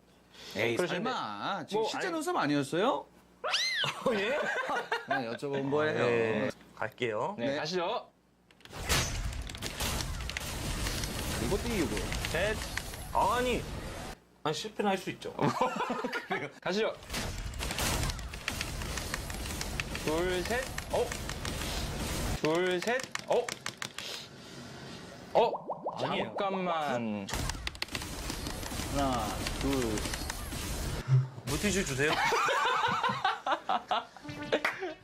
상대방이 공격을 해왔을 때 대체를 하는 방법에 대한 콤보를 제일 좋은 게 뭐냐면 마령이 있을 때가 대부분 많기 때문에 이렇게 뛰었어요. 그럼 호출을 하고 이렇게 도망가면 빠르죠. 그렇죠. 호출을 하고 화면 아예 돌려서. 네, 화면을 돌려야 되는 이유는 상대가 뒤에서 어떻게 따라오나 그걸 보기 위해서. 결계 쓰면 묶이고 안 뜨는 이유가 뭐죠?라고 이렇게 질문을 해주셨는데 제가 아까 뭔가 비트 같은 느낌이 기본적인 있을 수 콤보에서 네. 경계배기하고 우좌우라고 했잖아요. 우좌우. 네. 수라, 흑염룡, 수라하고 띄우셔야 돼요. 그렇죠. 여기서 흑염룡 우자우파 그렇죠. 네, 그런 우좌우 느낌이에요. 결계 다 이제 해서 네. 공중까지. 우자 하면은 늦었어요. 우자우자 하면 안 되군요. 우자고 할게요. 우좌우 따. 좋았다. 느낌이 있었다. 아니야. 내가 그것도 모를 거 아니.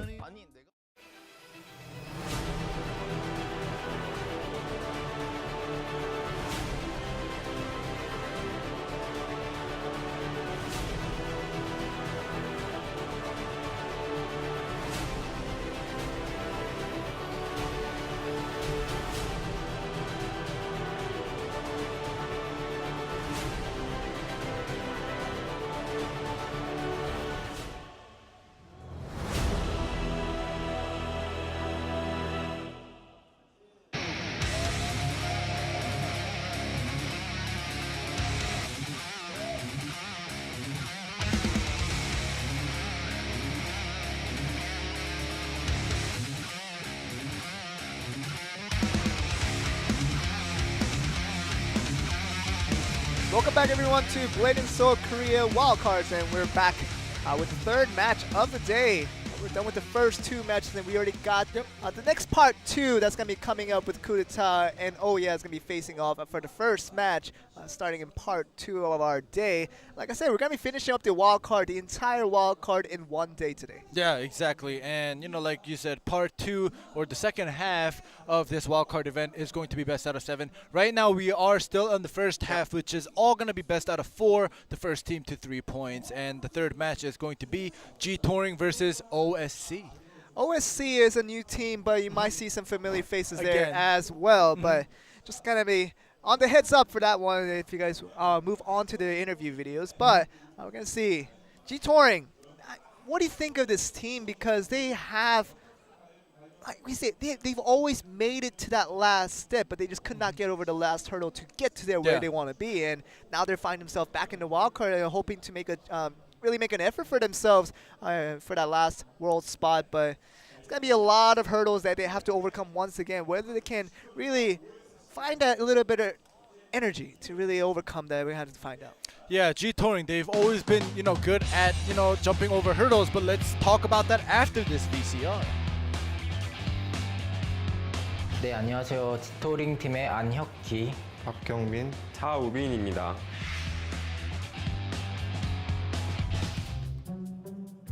영훈이요. 2세대 퇴출자하고 3세대. 풀스윙 팀은 저번 대회까지만 하기로 한 거고 그 대회가 마지막이었어요. 경태 씨랑 싸우고 나왔다 그래. 아니 뭔 소리예요. 이제 저는 대회 생각 없이 지내고 있었는데 같이 하자고 그래서 합류하게 됐습니다. 코리안 파이널? 싫다. 영훈이 불러와서 그냥 해명시키고 싶은데 공공에서 이렇게 그 덕인이한테 졌더라고요 보니까 저번 시즌 제가 그렇게 열심히 가르쳐줬는데 마음이 아프면서 너무 통쾌했습니다. 저 만나면은 각오하시고 열심히 연습하시길 바랍니다. 이번에 다시 맘 잡고 연습해서 예약 데리고 해가지고 좋은 성적을 내보도록 하겠습니다. 저만 1인분 한다면 올챔 갈 수 있지 않을까 생각합니다.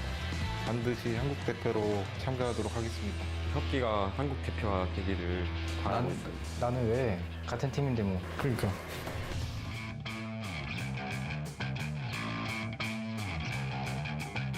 안녕하세요. OSC 팀의 김수환, 최영원, 이원식입니다.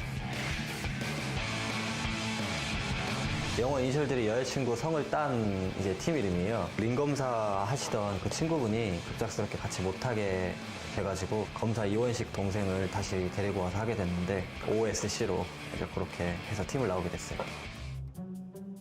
거기서 마음에 안 든다고 해가지고 온 것 같은데요, 그냥. G-Touring 팀은 정말 할만하다고 생각합니다. 잘 하시는데 그래도 할만한 것 같아요. 저희 팀의 이제 구멍 역할을 맡은 이제 이원식 선수께서 이제 그렇게 얘기하니까 이제 많이 웃겼던 것 같아요. 그냥 시키는 것만 잘 따라와줬으면 좋겠어. 알겠어. 저만 잘하면 됩니다. G-Touring 팀에서 다른 선수가 영입된 걸로 알고 있는데 그 선택이 잘못된 선택이라는 거를 이번 경기에서 보여드리겠습니다.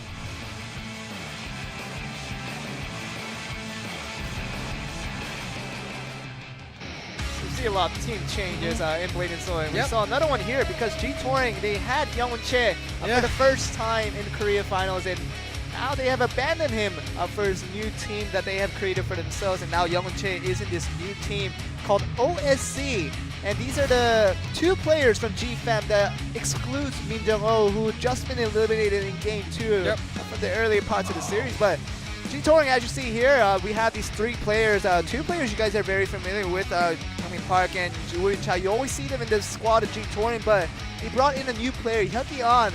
You remember this player from the Korea Finals as well? Oh yeah, exactly. And before we get in a little bit more detail about the team, I just want to talk about the interview or the VCR that we just watched, because I am so happy finally there's some beef and some trash talk going on, because last year it was all trash talk all around, and this year around, like, it just seems like all the players got, the happy virus, and they were all nice. They were just talking about how good they were, to each other. And finally now, we got a little bit of trash talk going on, and this is how it should be. Hyping up the game, making the opponents, angry. So they make some mistakes, because they do watch this VCR live with everybody together right now. So Youngwon Che is on this new team, and it could be the case that G-Touring wasn't satisfied with his plays and they decided to kick him out, and they just brought in Hyuki An in place of him. So if Youngwon Che felt that way, then he really is looking for the revenge match here, as you mentioned.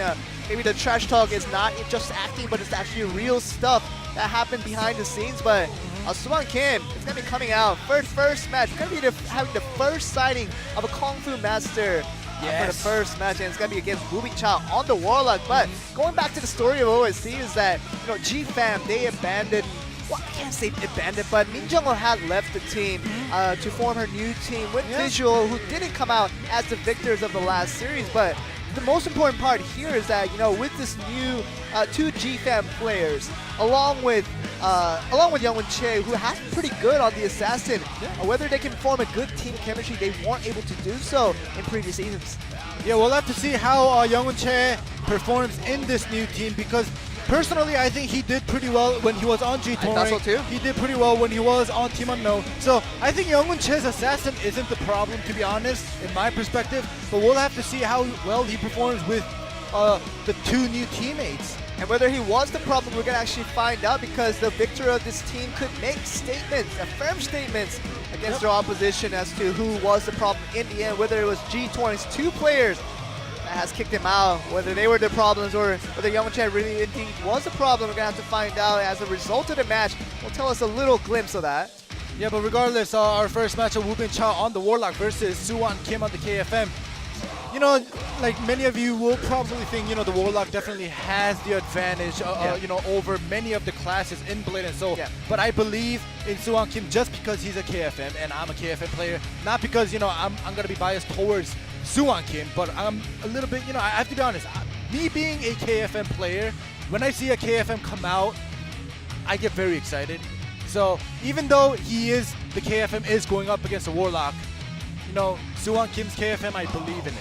And definitely, you can be as biased as you want as a KFM, because I believe in your spirits that you have for that specific class. And when someone like Soo-Won Kim plays that class on the KFM, it's definitely on another level. And just about Soo-Won Kim, that he has shown time and time again that he can solo carry a team. And if he can do that again here, I see no reason why they might be the right team, the right side team to beat out the left side team with G-Touring. Could be having a lot of difficulty on their hands. Yeah, let's see if this matchup might be the first matchup where, the right side beats out the left side. Or if not, that curse is still going to go on till the fourth match if G-Touring beats out OSC. Well, it seems like the game is being a little bit delayed here. I see myself talking a little bit longer than I usually am before the start of the match, but it seems like the loading screen is on the play, so we might move on to the game very soon. But game one, first point, like we said, is the best of four, and the first 2-3 points do win out the series. And G-Touring and OSC, just like the previous match, I believe it's going to be a lot closer than what people may think, because it's former G-Fam players of the two players who've done pretty well, maybe except one Shigli having some mistakes here and there, but other than that, they did pretty alright. So we're going to move on to game one to see who gets the first point between G-Touring and OSC in this series. So let's get the match underway. Let's get on.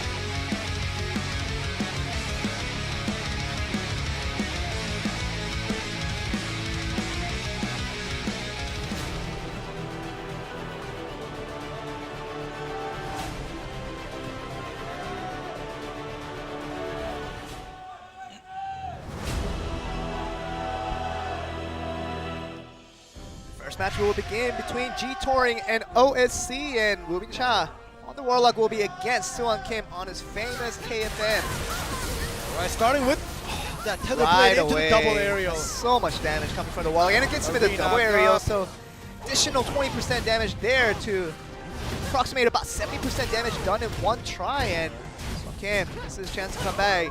Okay, really on the KFM, all he needs is just one opportunity to put in all that damage that he wants. Yeah, Sanctum is put down, and Wubin Cha was forced to use his body swap. 1 minute cooldown, still has his escape, his main escape. Soo-Won Kim also has his main escape.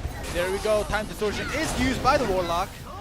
He's putting a lot of damage early and really not taking too much for himself. The Familiar takes most of the damage, not with Wubin Cha, but Wubin Cha is going to be going for the second affair. This might be enough to finish him up, and Soo-Won Kim will be eliminated from the first match, and G-Touring picks up the first point. Yeah, I think Wubin Cha read Soo-Won Kim's play, where Soo-Won Kim kind of goes the PvE build and tries to knock out the Familiar ASAP and then go for the Warlock when the Warlock is alone. But, he has done this play. Soo-Won Kim has done this play previously a couple of times, and I am pretty sure that Wubin Cha was expecting this, and he was able to, counter that play a little bit in a sense where, he was able to take the victory. And OSC really kind of relied on Soo-Won Kim to do a lot of the heavy lifting for this team, but first match, really an implication of what this team was representing, but Suwon Kim losing out pretty hopelessly. Game 1, it's not going to be a very good indication for the rest of their teammates to pull out some efforts to really win out the series, but in the end, it's the first game going towards G Touring, and it's Game 1 victory for them. So a few more points, and they're probably going to win out the series, and we're going to see another left side team win out the series once again. Yeah, I just wish when a Warlock comes out, they would increase the volume of the Warlock voice, because when he does the aerial, he says "hoba hoba," and it's really uplifting to hear him say that while he's killing someone. So maybe we can make the request over to OGN, because they do have full control over every aspect of the stream, and the second game will probably be a lot more important one, because these are the new entries to both of these teams with G Touring, Hyuk-An, and Youngwon Choi for OSC.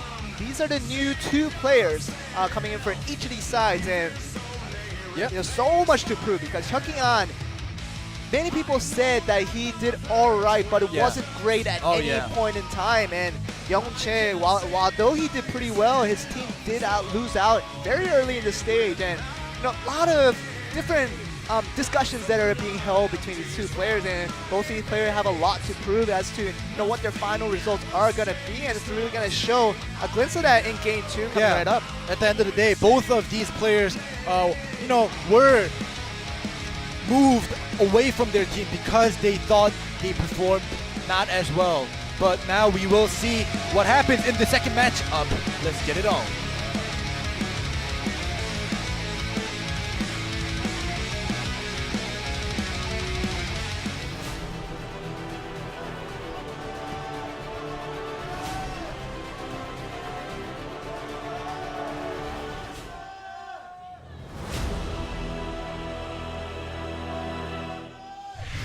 See Game 2 coming right your way with G Touring and OSC.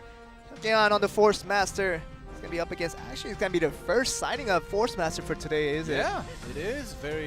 It is definitely the first time seeing a Force Master, because Jung Yoon is already up there. Definitely. And actually no, he is going to be playing today, actually, next IDEPS. game. Yeah, IDEPS. Going to see a lot more from that guy in the next match, but for now we're going to get the budget Force Master with Hyuk-An. Coming right your way with Game 2. All right, budget Force Master. So Assassin, we've seen a lot of these guys today, and to be fair, they played pretty well for most of the part, but Youngwon Choi, whether they can keep up to that standard, beat out this Force Master, we're going to have to see. But usually, when we see Jungwon Yoon on the Force Master play against Assassin, he toys with them time after time, but it's not the same Force Master that we expect, so how this match will unfold is going to be interesting to see. Yeah, and during the interview, Youngwon Choi did say to G Touring, saying, you're going to regret replacing me with Hyuk-An or replacing me at all. Yeah. And I'm going to show you in today's matchup, and this is his chance to prove G Touring, make G Touring regret letting Youngwon Choi go. Probably the best position to really make that statement happen, because Youngwon Choi, if he can beat out Hyuk-An, could just say to G Touring that you really just released the worst player. We'll have to see. Yeah. Youngwon Choi taking a lot of damage from Hyuk-An. Maybe G Touring did make the right choice. Hyuk-An taking 3 more a seconds. book. Ooh, Yeah, couldn't finish him off. He's taking a book out of Jungwon Yoon's play style against an Assassin, putting on the wall, trying to do that wall bang, but it's going to happen full time. Now Youngwon Choi has to look for a little bit of a miracle to pull out enough damage to finish off a Force Master, but it's just really not looking to be so, because just one more damage coming in from Hyuk-An, which he does, is going to finish him off, and second match already done, and G Touring picks up the second point. All right, Hyuk-An, I guess, is the better player, maybe? The better player, even though the classes are different. Maybe if Hyuk-An was on OSC and, Youngwon Choi was on G Touring and Youngwon Choi lost, they would have said, see, you lost. But now, they did replace Youngwon Choi with Hyuk-An, and Hyuk-An gave G Touring a point, a victory, giving them 2 points to 0 points for OSC. And this is not what Youngwon Choi really wanted out of this match, because he needed to win that one to really tell his former teammates that you released the better guy, but right now it just seems like the better player did not win out this time around, so it feels bad for Youngwon Choi, but gonna have one more chance to do it in this next tag match coming up. But in the end, all about the wins, and Hyuk-An pulls out the win there for a second game, and this is another point over to G Touring. Now it is 2-0 up. Yeah, it is 2-0 for G Touring, and the first team to 3 points. And next match, the third match, could be potentially the last match because tag points are worth 2 points, and if G-Touring wins this, you know, they take it away, they sweep it 4-0. So it could be the last match because if G-Touring does win out this one, like you said, ending, it's going to be a 4-0 victory, a clean sweep for these guys. But if OSC does manage to pick out a win here in this tag, it'll be 2-2 even, giving them another opportunity in the last singles that we haven't got throughout this day. We have, for this last 2 series, we got a very clean finishes with the game 3 being the clincher. But you could go to a game 4 if OSC does win out this one, picks up 2 points, and be fighting for that last point, single one in game 4. But otherwise, G-Touring probably be looking out to finish it out here. Yeah, both teams getting 1 new player each, and 2 of the players on each side have been playing together for a very long time. So they are on an even playing field right now. Let's see which team has practiced more for their team play, for team compositions with the new classes replaced with different classes on each side. They basically switched. But it's so much pressure over the OSC though. You know, you have to talk about how Suwon Kim usually likes to blame Wonjing Lee for his mistakes, usually with the tag matches when he doesn't interfere out, or when he doesn't tag back out when it's the right proper time. We've seen occasions of that happening, but there's nothing to really blame Wonjing Lee about it. They're already 2-0 down. Wonjing Lee hasn't played a second of Blade and Soul, so there's not much to blame to it. And when Suwon Kim and Youngwon Chae, they were supposed to get that point back to their guys, but right now nothing really happening for him. But Youngwon Chae, we actually saw on the screen, he's gonna go with the Warlock instead of the Assassin now for the tag match. So how that makes a difference in the actual results, we're gonna have to see. Yeah, I think Youngwon Chae going on the Warlock is trying to, make this team composition a little bit more stable rather than him playing an Assassin. A Warlock just having that time distortion for that interfere, even with the power for the offensive. But even without being able to put out the burst damage, just that time distortion, giving your team another escape cooldown back is a big part in this tag team. Definitely you can play a double duty with the Warlock. Like you said, damage dealer is one of the options, but definitely a supportive role is a huge aspect of a Warlock as well, especially in the tag matches. But Youngwon Chae, he has so many classes registered. You usually see him play the Assassin, but when he goes back to the other classes, a lot of question mark that he really has to answer for himself. But now he only gets 1 chance to do it. If he doesn't answer it here and really lose out this one, then they're gonna be out once again, forming a lot of more question marks for Youngwon Chae. Yeah, and like I said, after the VCR, Youngwon Chae did have a little beef, trash talking in that VCR. But if he loses this match, that is just gonna end up with just being all talk.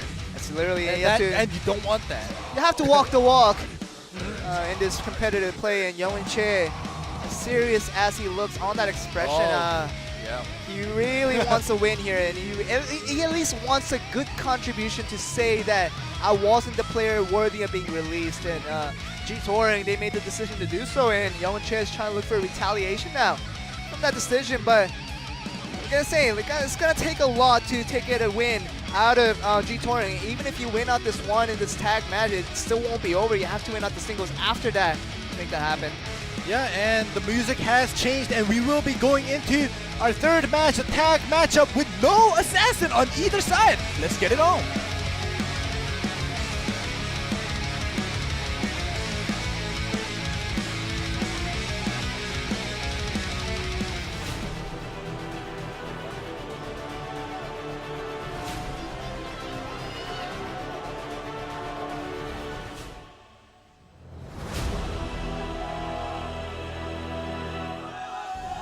Actually, Youngwon Chae make the first appearance for his team, and so it's going to be a Warlock mirror match with Woo-Bin Cha. Oh gosh, we're going to see a lot of papers in front of Facers.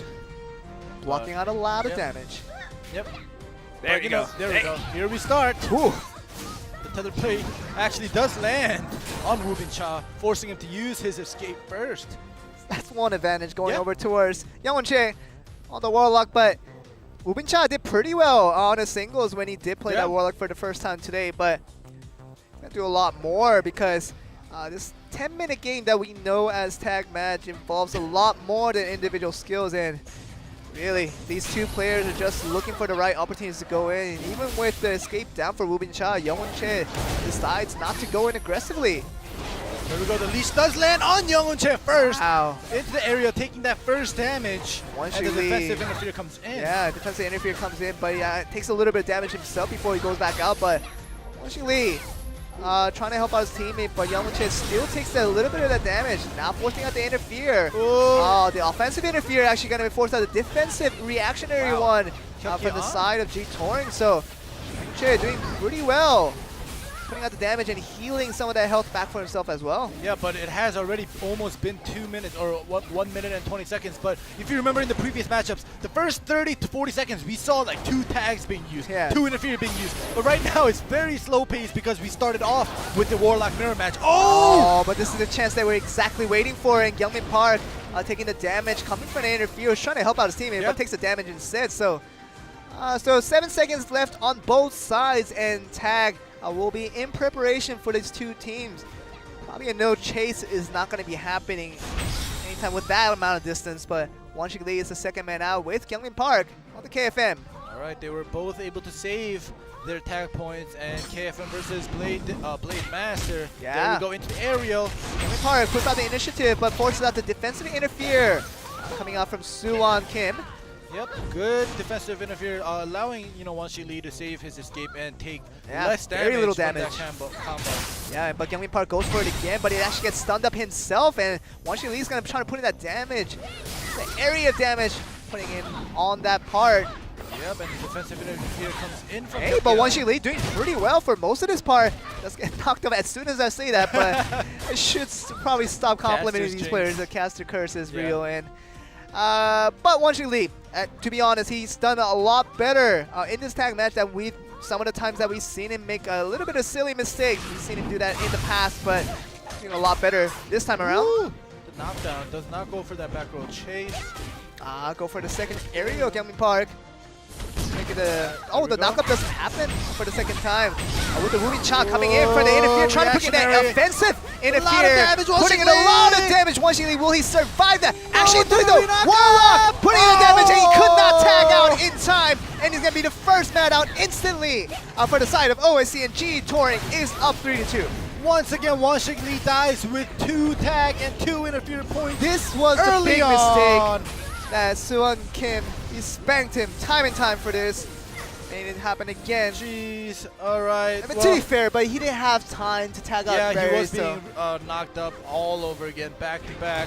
So, yeah, Wonshi Lee tried his best. I'm pretty sure he was spamming his tag key, but when a Warlock puts you up in the air and an offensive interfere comes in, you're not going to be able to stay alive until you hit the ground. But in the end, but a very surprising offensive interfere that we saw from Woomy Cha coming in an instant, putting in the damage off of that chain into the shackles, into the aerial. So much damage that Wonshi Lee didn't have time to react. Right, that Rising Dragon was kind of wasted right there. Woomy Cha doing very, very well most of this game, not making any type of mistakes, but putting a lot of damage on the other end. Doing that now for Suwon Kim. Defensive interfere came in, but he wasn't able to do too much right now. All right, Tremor connects. Body swap is used. Wow, tagged out. Nice tag. And gets that chase too as soon as he comes in. Youngmin Park, this G20 side is definitely a different team than what we saw in the Korea Finals, and definitely we see a lot more a smooth transition from play to play. What we haven't seen from them in the Korea Finals and the previous seasons. Yeah, maybe they are more comfortable with a Force Master or with Hyuk-An on their team rather than Youngwon Che being there. Meteor putting in the damage onto Youngwon Che. He has no escape from that. Ooh, he tags out just in time, and Suwon Kim comes in. Barely saves his teammate. Yeah, but he does have that 1 tag point left. But he does not want to tag out to Youngwon Che with that little amount of health. Yeah, no way. So he's going to want to try to stay alive as long as possible and do some damage. Suwon Kim, he hasn't found any damage potential against his opponents yet. Hyuk-An moving seamlessly across the field, not allowing anything for Suwon Kim to work with. Yep, the Rising Dragon does not connect. The Meteor is going to connect a little bit towards Suwon Kim. He can't escape from that with being frozen.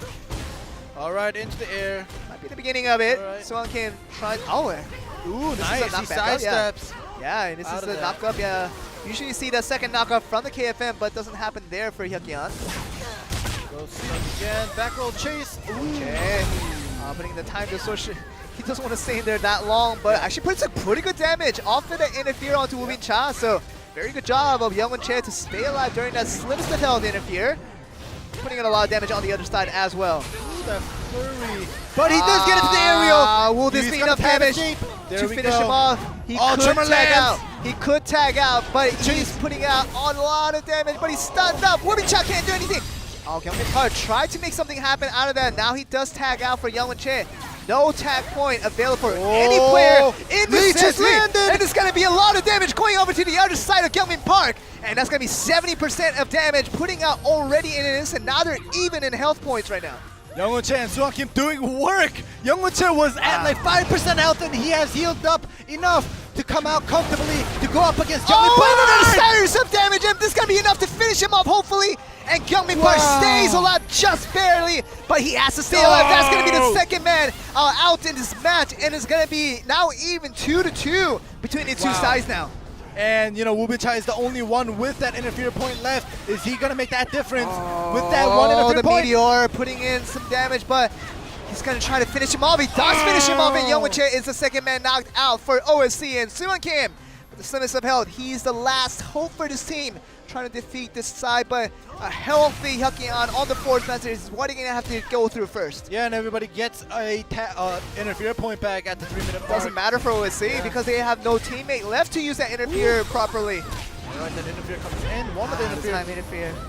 Time distortion is used, giving Hyukyeon his escape. Hyukyeon is going to be enough damage. Almost enough damage to finish him off, but not quite, but stun enough to finish him off. And that's going to be the last series of damage for G-Touring to really finish it off. A 4-0 sweep in the end to advance to the next round. Even though it was a 4-0 towards G-Touring. Very close. Yeah, this was a very fun game to watch. Definitely. Unfortunately for OSC, they did perform very well during the tag match, considering Wanshik Lee died off with 2 tag points and 2 interfere points early on in the game. You know, Youngwon Che and Suwon Kim, they just showed how well, you know, prepared they are, even though they do, you know, they're down one man. Unfortunately for Wanshik Lee, once again, the meme stays on. Yes. The tag. Tag out Wanshik Lee.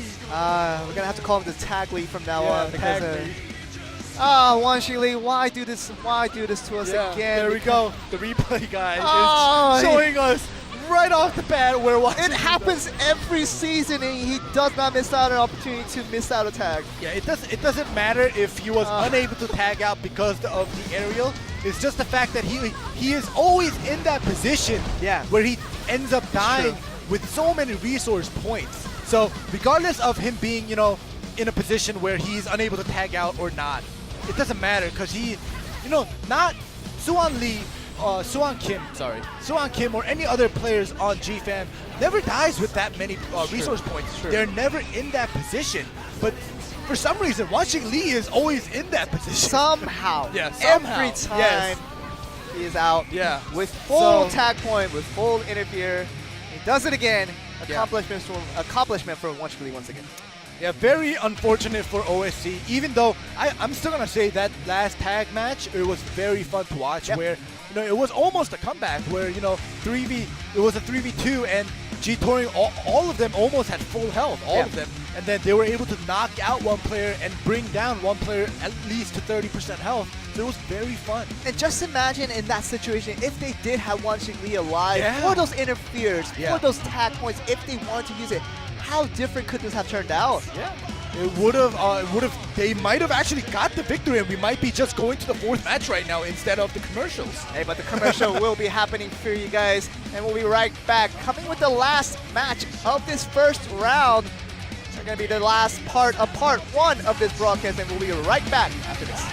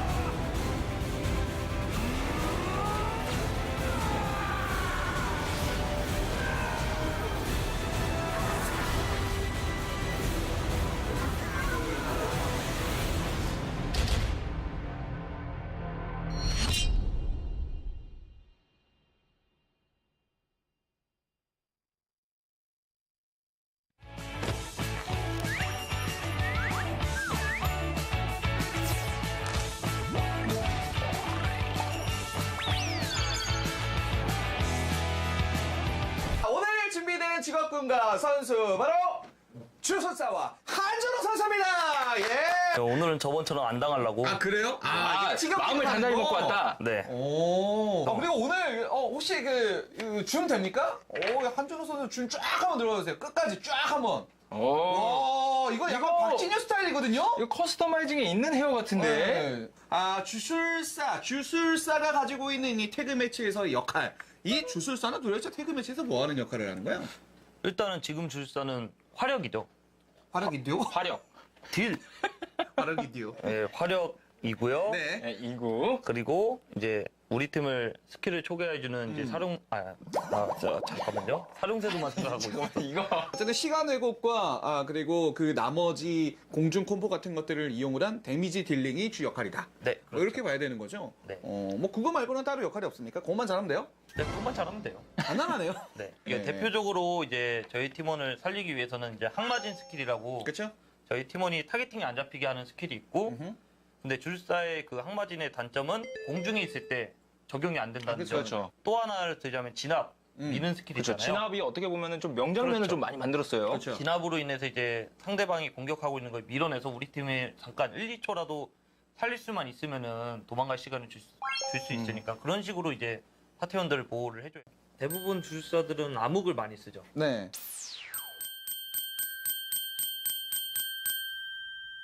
저항을 많이 쓰는 이유가 상태 이상 스킬이 많은 직업이 아니에요. 네. 그렇기 때문에 한 번에 공격을 하고 이제 한 번을 버티는 식으로 게임을 플레이하기 때문에 이 저항이라는 스킬을 빼게 되면은 방어적으로 할 수 있는 플레이가 좀 더 줄어들죠. 한준호 선수가 이제 기본적으로 주술사 비물을 하려면 요 정도 무공 연계는 알아야 한다. 요거를 좀 이렇게 알려줄 건데요. 네. 혹시 실패하시면 눈썹 한쪽 지울 수 있냐고.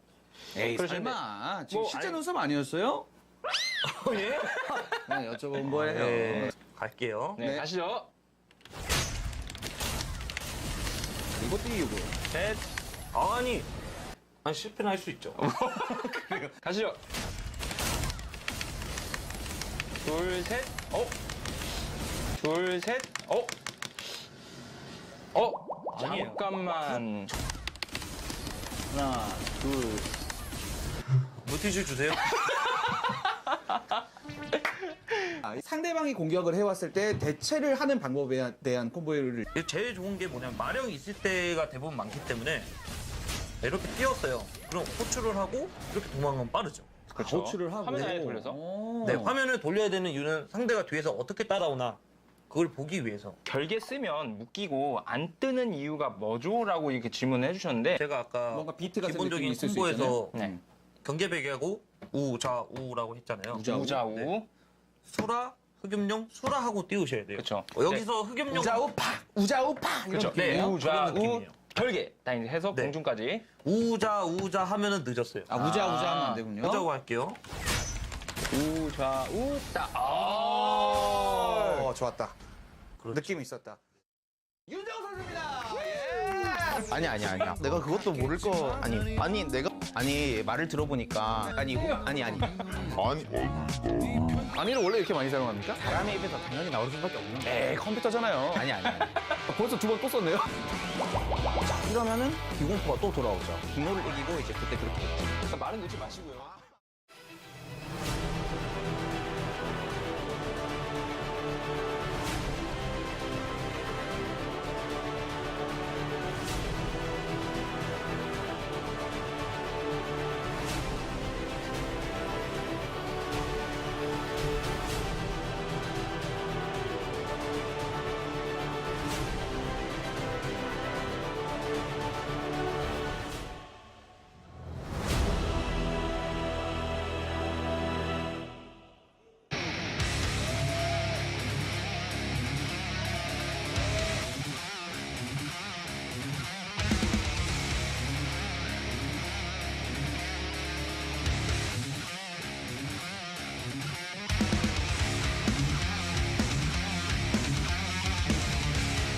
Welcome back, everyone, to blade&soul Korea Wildcards. We're at the last part of part 1 of our broadcast, and it's only the beginning. Yeah. And we're going to be seeing the last two teams face off to see who's going to get the next matchup against. Oh yeah, is going to be the confirmed next match. But after this match, we're going to get a short I would have to say short, but a mediocre break for about a few hours before we do move on to part 2 of our broadcast. Give us a little time to rest and get ready for the next part of the broadcast. Well, it's not really for us. I think it's pretty much for the players because they've gone through the whole day, going up against each other, setting up.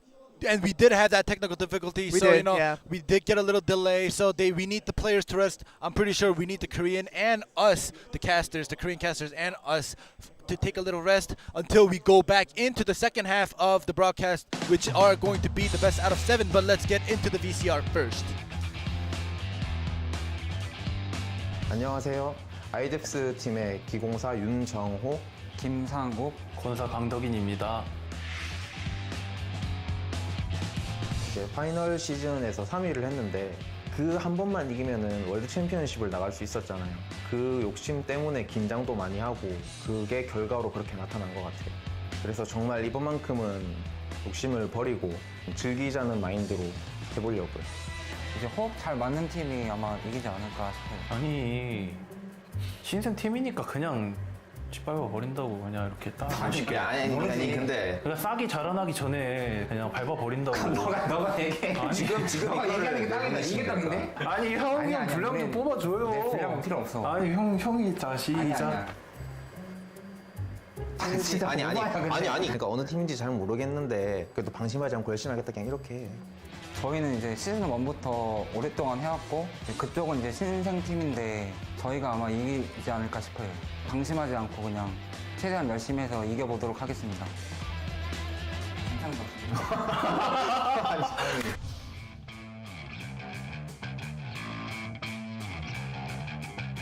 안녕하세요. 저는 해팀의 이종현, 이정환, 박주현입니다. 저희는 4강 이상을 가자라는 생각으로 나왔고요. 폭탄처럼 이제 강력하다라는 의미에서 세 보이자고 했죠. 제가 한번 대회 나가자고 권유했는데 아는 동생 또 역사 있다 그래가지고 팀을 만들게 됐습니다. 첫 대회, 첫 경기가 아이뎁스 팀이라 붙는지를 잘 모르겠고요. 저희 파티에서 투발이라는 스킬이 없다 보니까 아무래도 김상욱 선수가 제일 힘들지 않을까 생각이 듭니다. 그 김상욱 선수 플레이 보고 되게 잘한다고 생각했고요. 근데 이번에는 견제를 잘 해주고 피해량까지 무난하게 가면 승산 충분히 있다고 생각합니다. 힘들더라도 열심히 한번 이겨보도록 하겠습니다.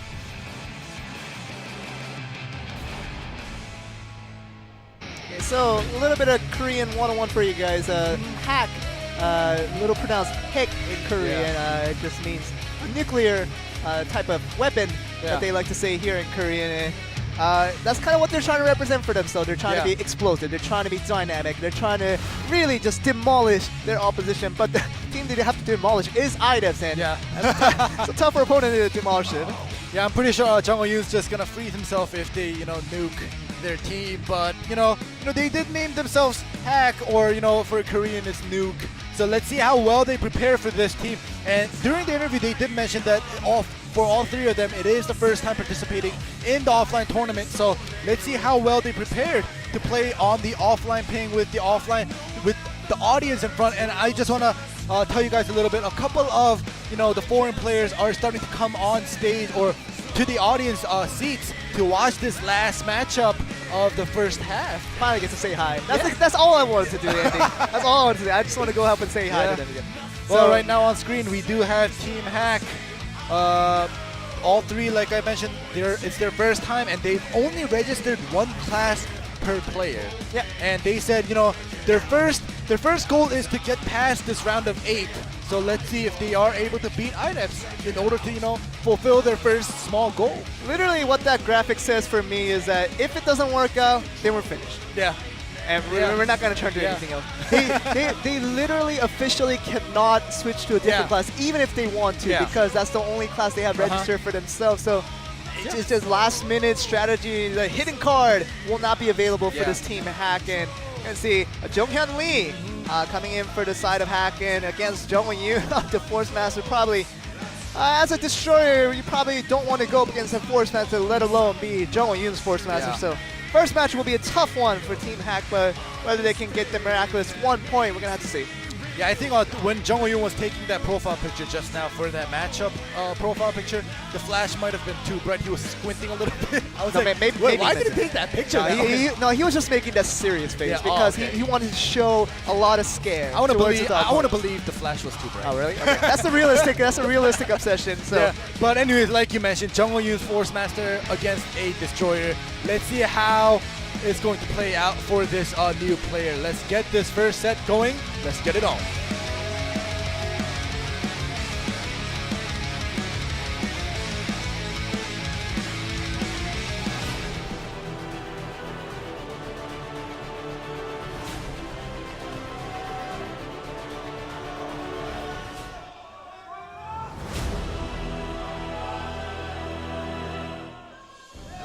Jung Ho-yoon gonna show the wall bang once again is gonna be the big question here. Oh, and for the EU and NA players and the rest of the World Championship participants, if you guys are monitoring this VOD right now, one advice I can give you guys against Jung Ho-yoon is just avoid the wall bang. You probably avoid 80% of the damage.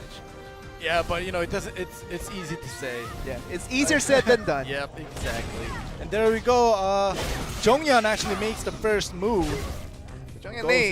Goes in pretty aggressively and forcing out. Does not do anything. Okay. Yeah, and forcing out the back roll from Jung Ho-yoon, but really nothing major in terms of escape availability. And Jung Ho-yoon is gonna stick in there and really look for his opportunities here, but nothing coming from him yet.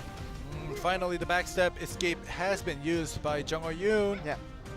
And you know, it's very slow paced right now, but Jung Ho-yoon is soon gonna make his move. I think Jung Ho-yoon just really looking to size him now because he just wants to see what his movement is like and really just calculate the predictability of what he's going to do later on the stage. And there you go, he might have done all the calculation already and might be finished now. And he exactly figured out his opponent soon enough, freezing it up, but not much health gained back from that. Yep, both escapes are out for the Destroyer, and that Typhoon is being used, and now when that Stone Shield is gone, he is probably just gonna get wallbang, but not. Wallbang doesn't happen, shows a little bit of mercy from Jung Ho-yoon's side, but it's gonna be, it doesn't really need the wallbang when you can get the Meteor to do all the damage for you, but he's still taking damage and he's not getting away from that. Maybe Jung Ho-yoon Lee didn't even realize it was on the floor. Yeah, he put that Ember Stomp and Jung Ho-yoon put that Meteor right on top of that Ember Stomp. Yeah, right on top of that Ember Stomp, so I'm pretty sure Jung Ho-yoon was like, oh, do I get out or do I stay in? It's the visual collapse. They look the same. Yeah. Like, I'm pretty, okay. Expected, pretty expected. You know, Jung Ho-yoon, if you didn't see much action from him in the first minute of the game, it was literally just to try to predict and kind of just learn his movements a little bit before he makes his first strike. And first strike, indeed it was. It took about 60% of damage in that one strike, and he already got him figured out by the end of about maybe 1 minute and 30 seconds. He knew exactly what he was going to do. Yeah, so like like I said in the beginning, early on in the match, you know, it was very, very slow pace. We're like, you know, and I'm very glad that you caught on that, you know, Jung Ho-yoon was actually probably calculating, you know, his moves, Jonghyun's moves, and right when he was done, starting with the double knockup, even though he did have that escape, he does take out like 60-70% of his health.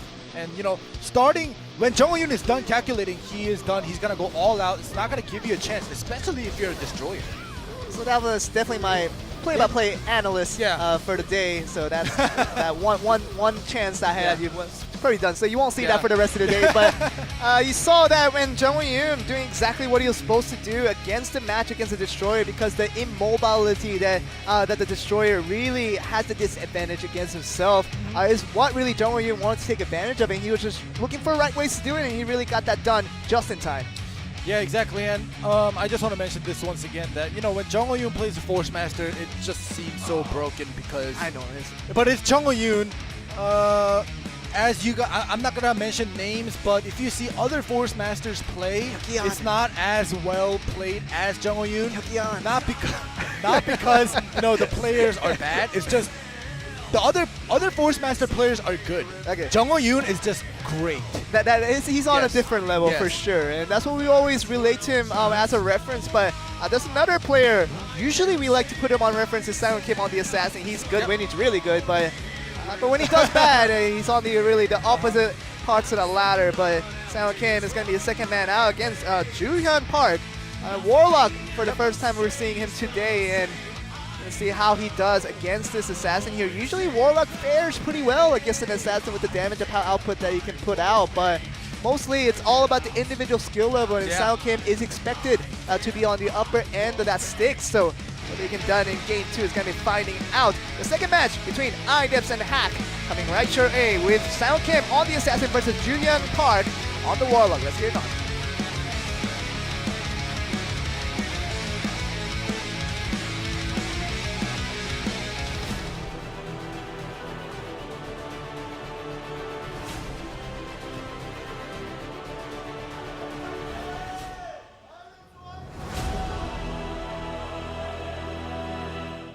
Here we go for the second match between Team iDeps and Team Hack. Korean one for Nuclear.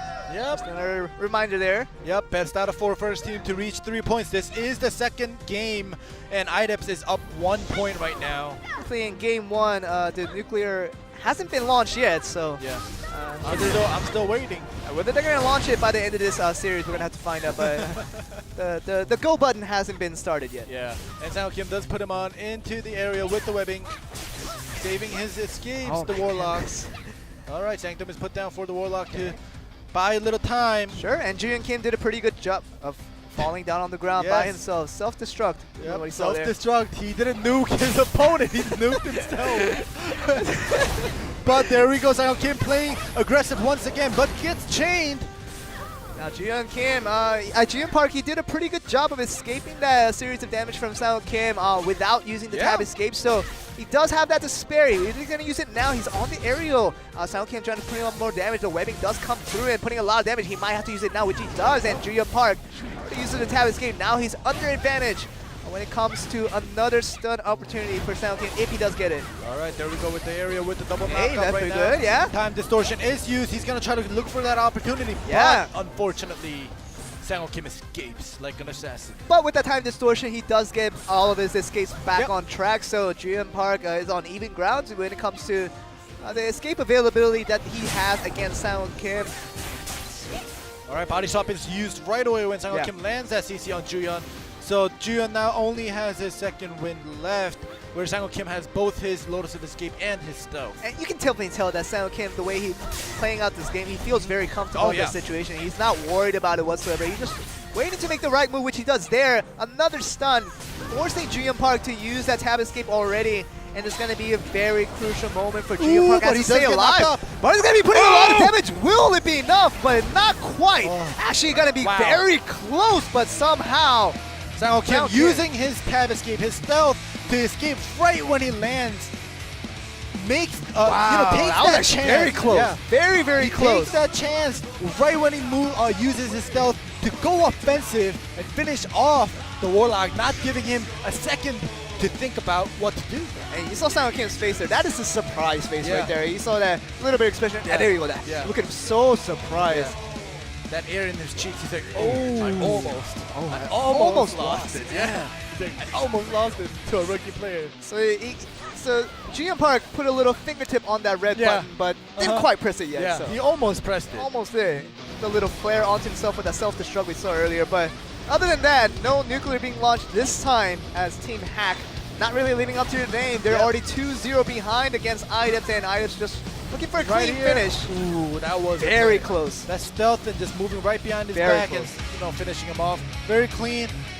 Expected if SoundKim was unable to beat this player, then I would have, to be honest, been really disappointed in SoundKim because he does have his off days, he does have his good days, but against this player, against the rookie team, against the rookie player, even if he was on his off day, he should be able to beat a rookie player. But SoundKim, he's the critically acclaimed online god, and if you're really eligible for that title, you have to really live up to that. And losing out against a rookie player is not a very acceptable thing. And I mean, he just does what he needs to do and to beat him out in the end. But I'm really just expecting iDeps to finish it off right here in set 3 with this tag match, earning 2 more points. That will be a 4-0 sweep for these guys, and it's exactly what we're expecting from this team.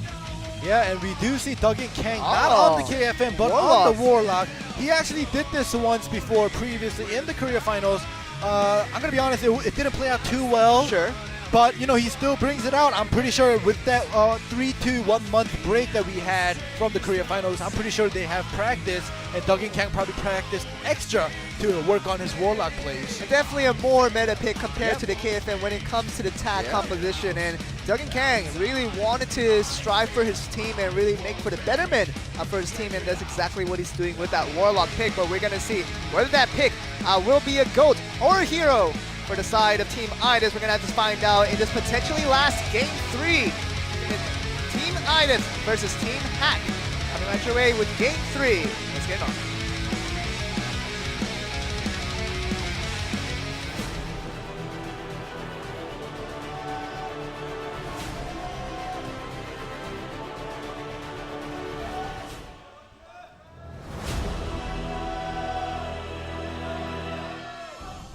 We're gonna see Sang Kim start us off for Team IDEPS versus Team Hack. Jonghyun Lee on the Destroyer coming out first. Let's see how well. Alright, there we go. With the smash being used right off the bat. Sang Kim uses his stealth. Tab escape already gone for the side of the assassin. Sang Kim has to stall some time to get that right back. They both have the golden fish weapon.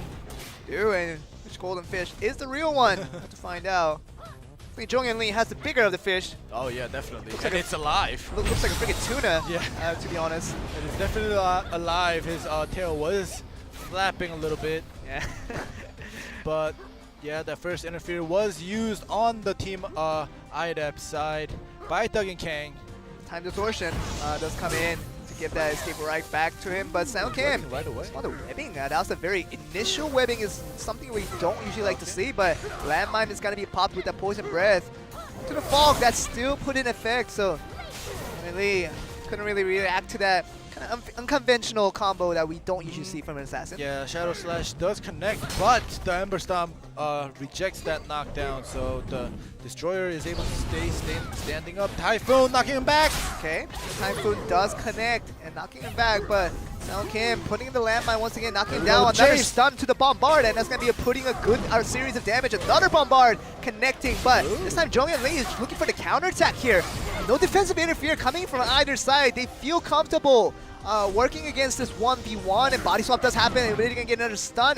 He does put out the Bombard damage. I'll put another stun onto the Bombard. Now finally a defensive interfere does come out. It's gonna be the force tag out for Jonghyun Lee. He's putting himself in a distance where he cannot be chased. And Juyun Lee, Jiyeon Park does come in with the second man out. Oh no, Warlock mirror match! Again. Duggan Kang, whether is he put in a lot of work during the off season, we're gonna have to find out.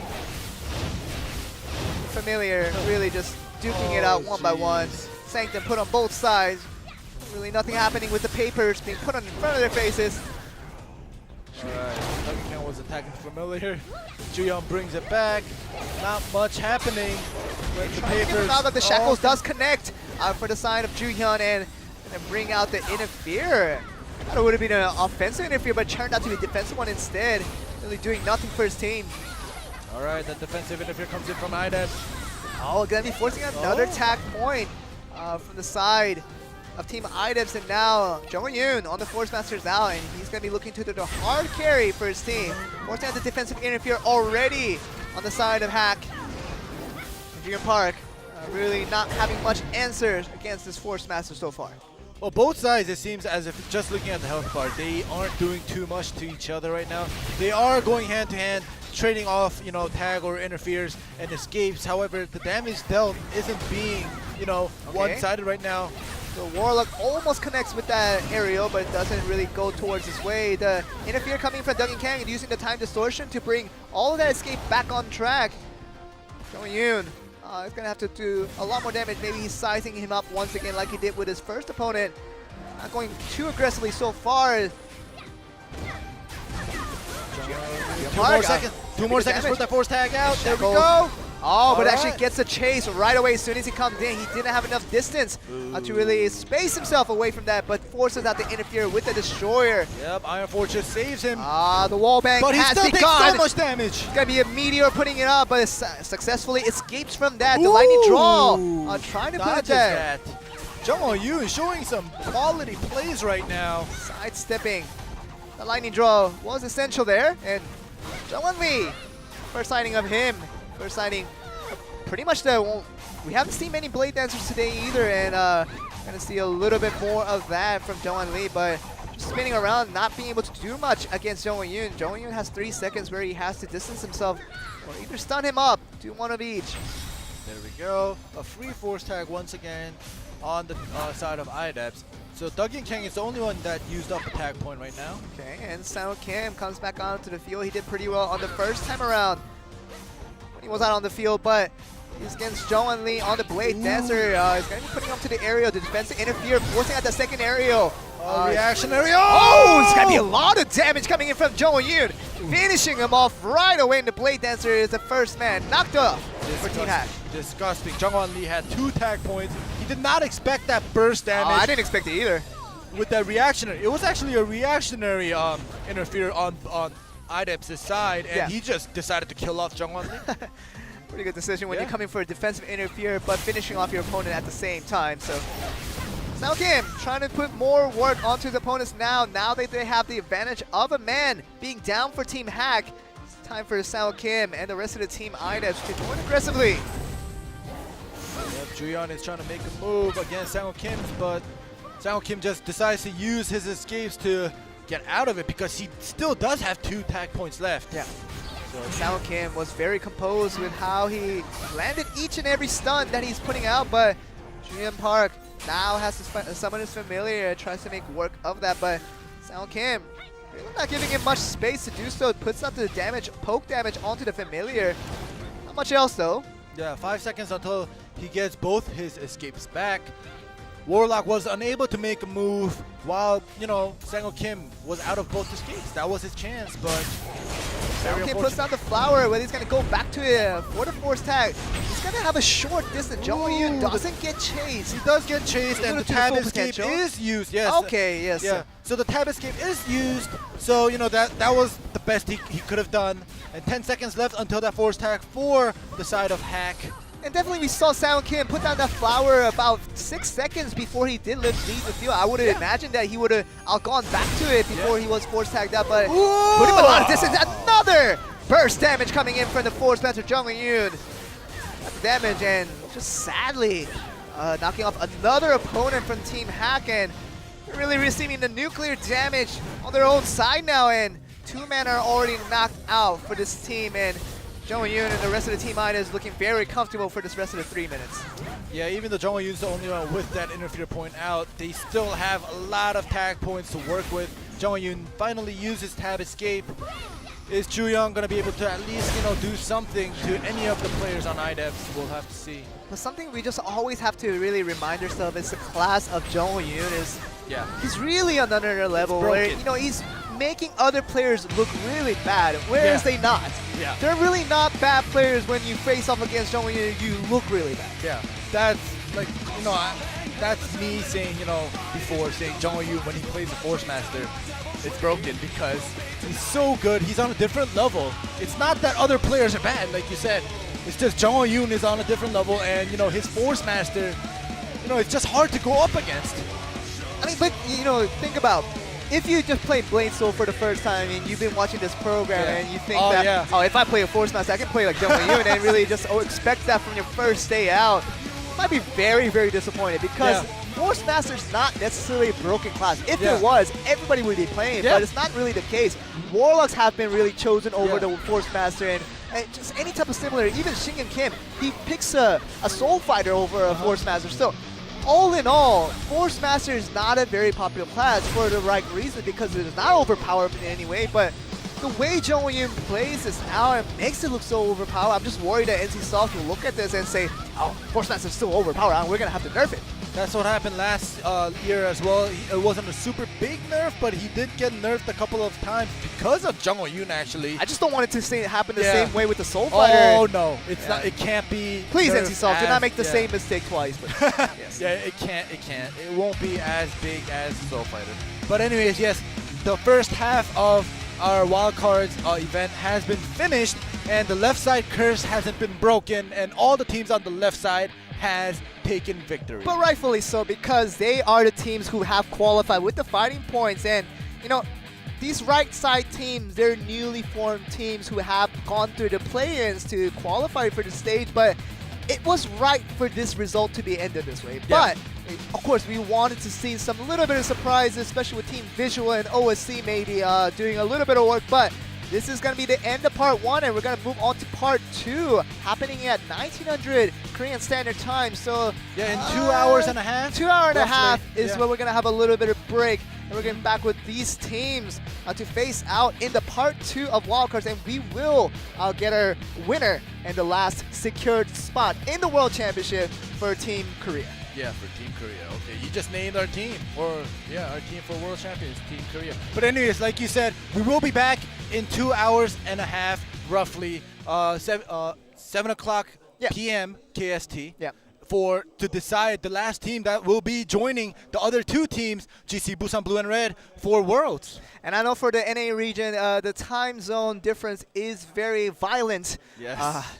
If it's at 7 p.m., it's going to be about 5 a.m. Yeah, 5 a.m. for Eastern like time. the Eastern time, Yeah. and it's going to be very, Like 3 very a.m. hurtful for for the you guys, West. I'm sure. We're not going to force you to stay on broadcast to really watch us play, but at least watch the VODs once we are done and everything, at least to know who have made the third and final spot in the World Championship for Korea.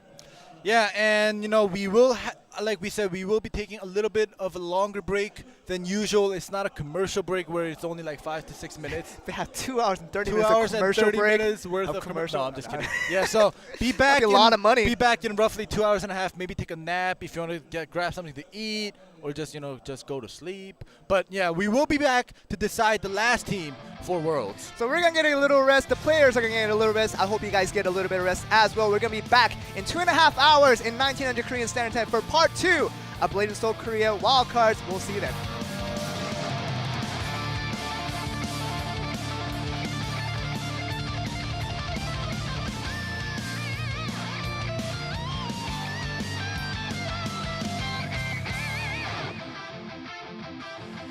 You left me with no choice, my back's against the wall, trapped in the corner like some kind of...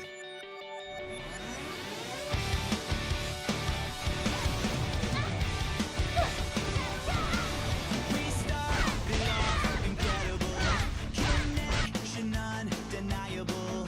I swear I thought you were the one forever. But your love was like a loaded gun. You shot me down like everyone. 'Cause everyone's replaceable when you're just so incapable of getting past me. Oh, guess what? Another game over. Got burned, but you're the real loser. I don't know why I wasted my time with you. Oh, you bad loser, history repeater. You can't trust a serial cheater. You couldn't look it up, but you suck at love. You suck at love. You played me like an amateur, then stabbed me like a murderer. I'm left for dead, another one. It's not like you're unpredictable, but your act is so believable. No, it's nothing personal, it's just business as usual. You're good at what you do. Whoa, guess what? Another game over. I got burned, but you're the real loser. I don't know why I wasted my time with you. Whoa, history repeater. You can't trust a serial cheater. You couldn't look it up, but you suck at love. You suck at love. Now I kinda feel bad for you. You never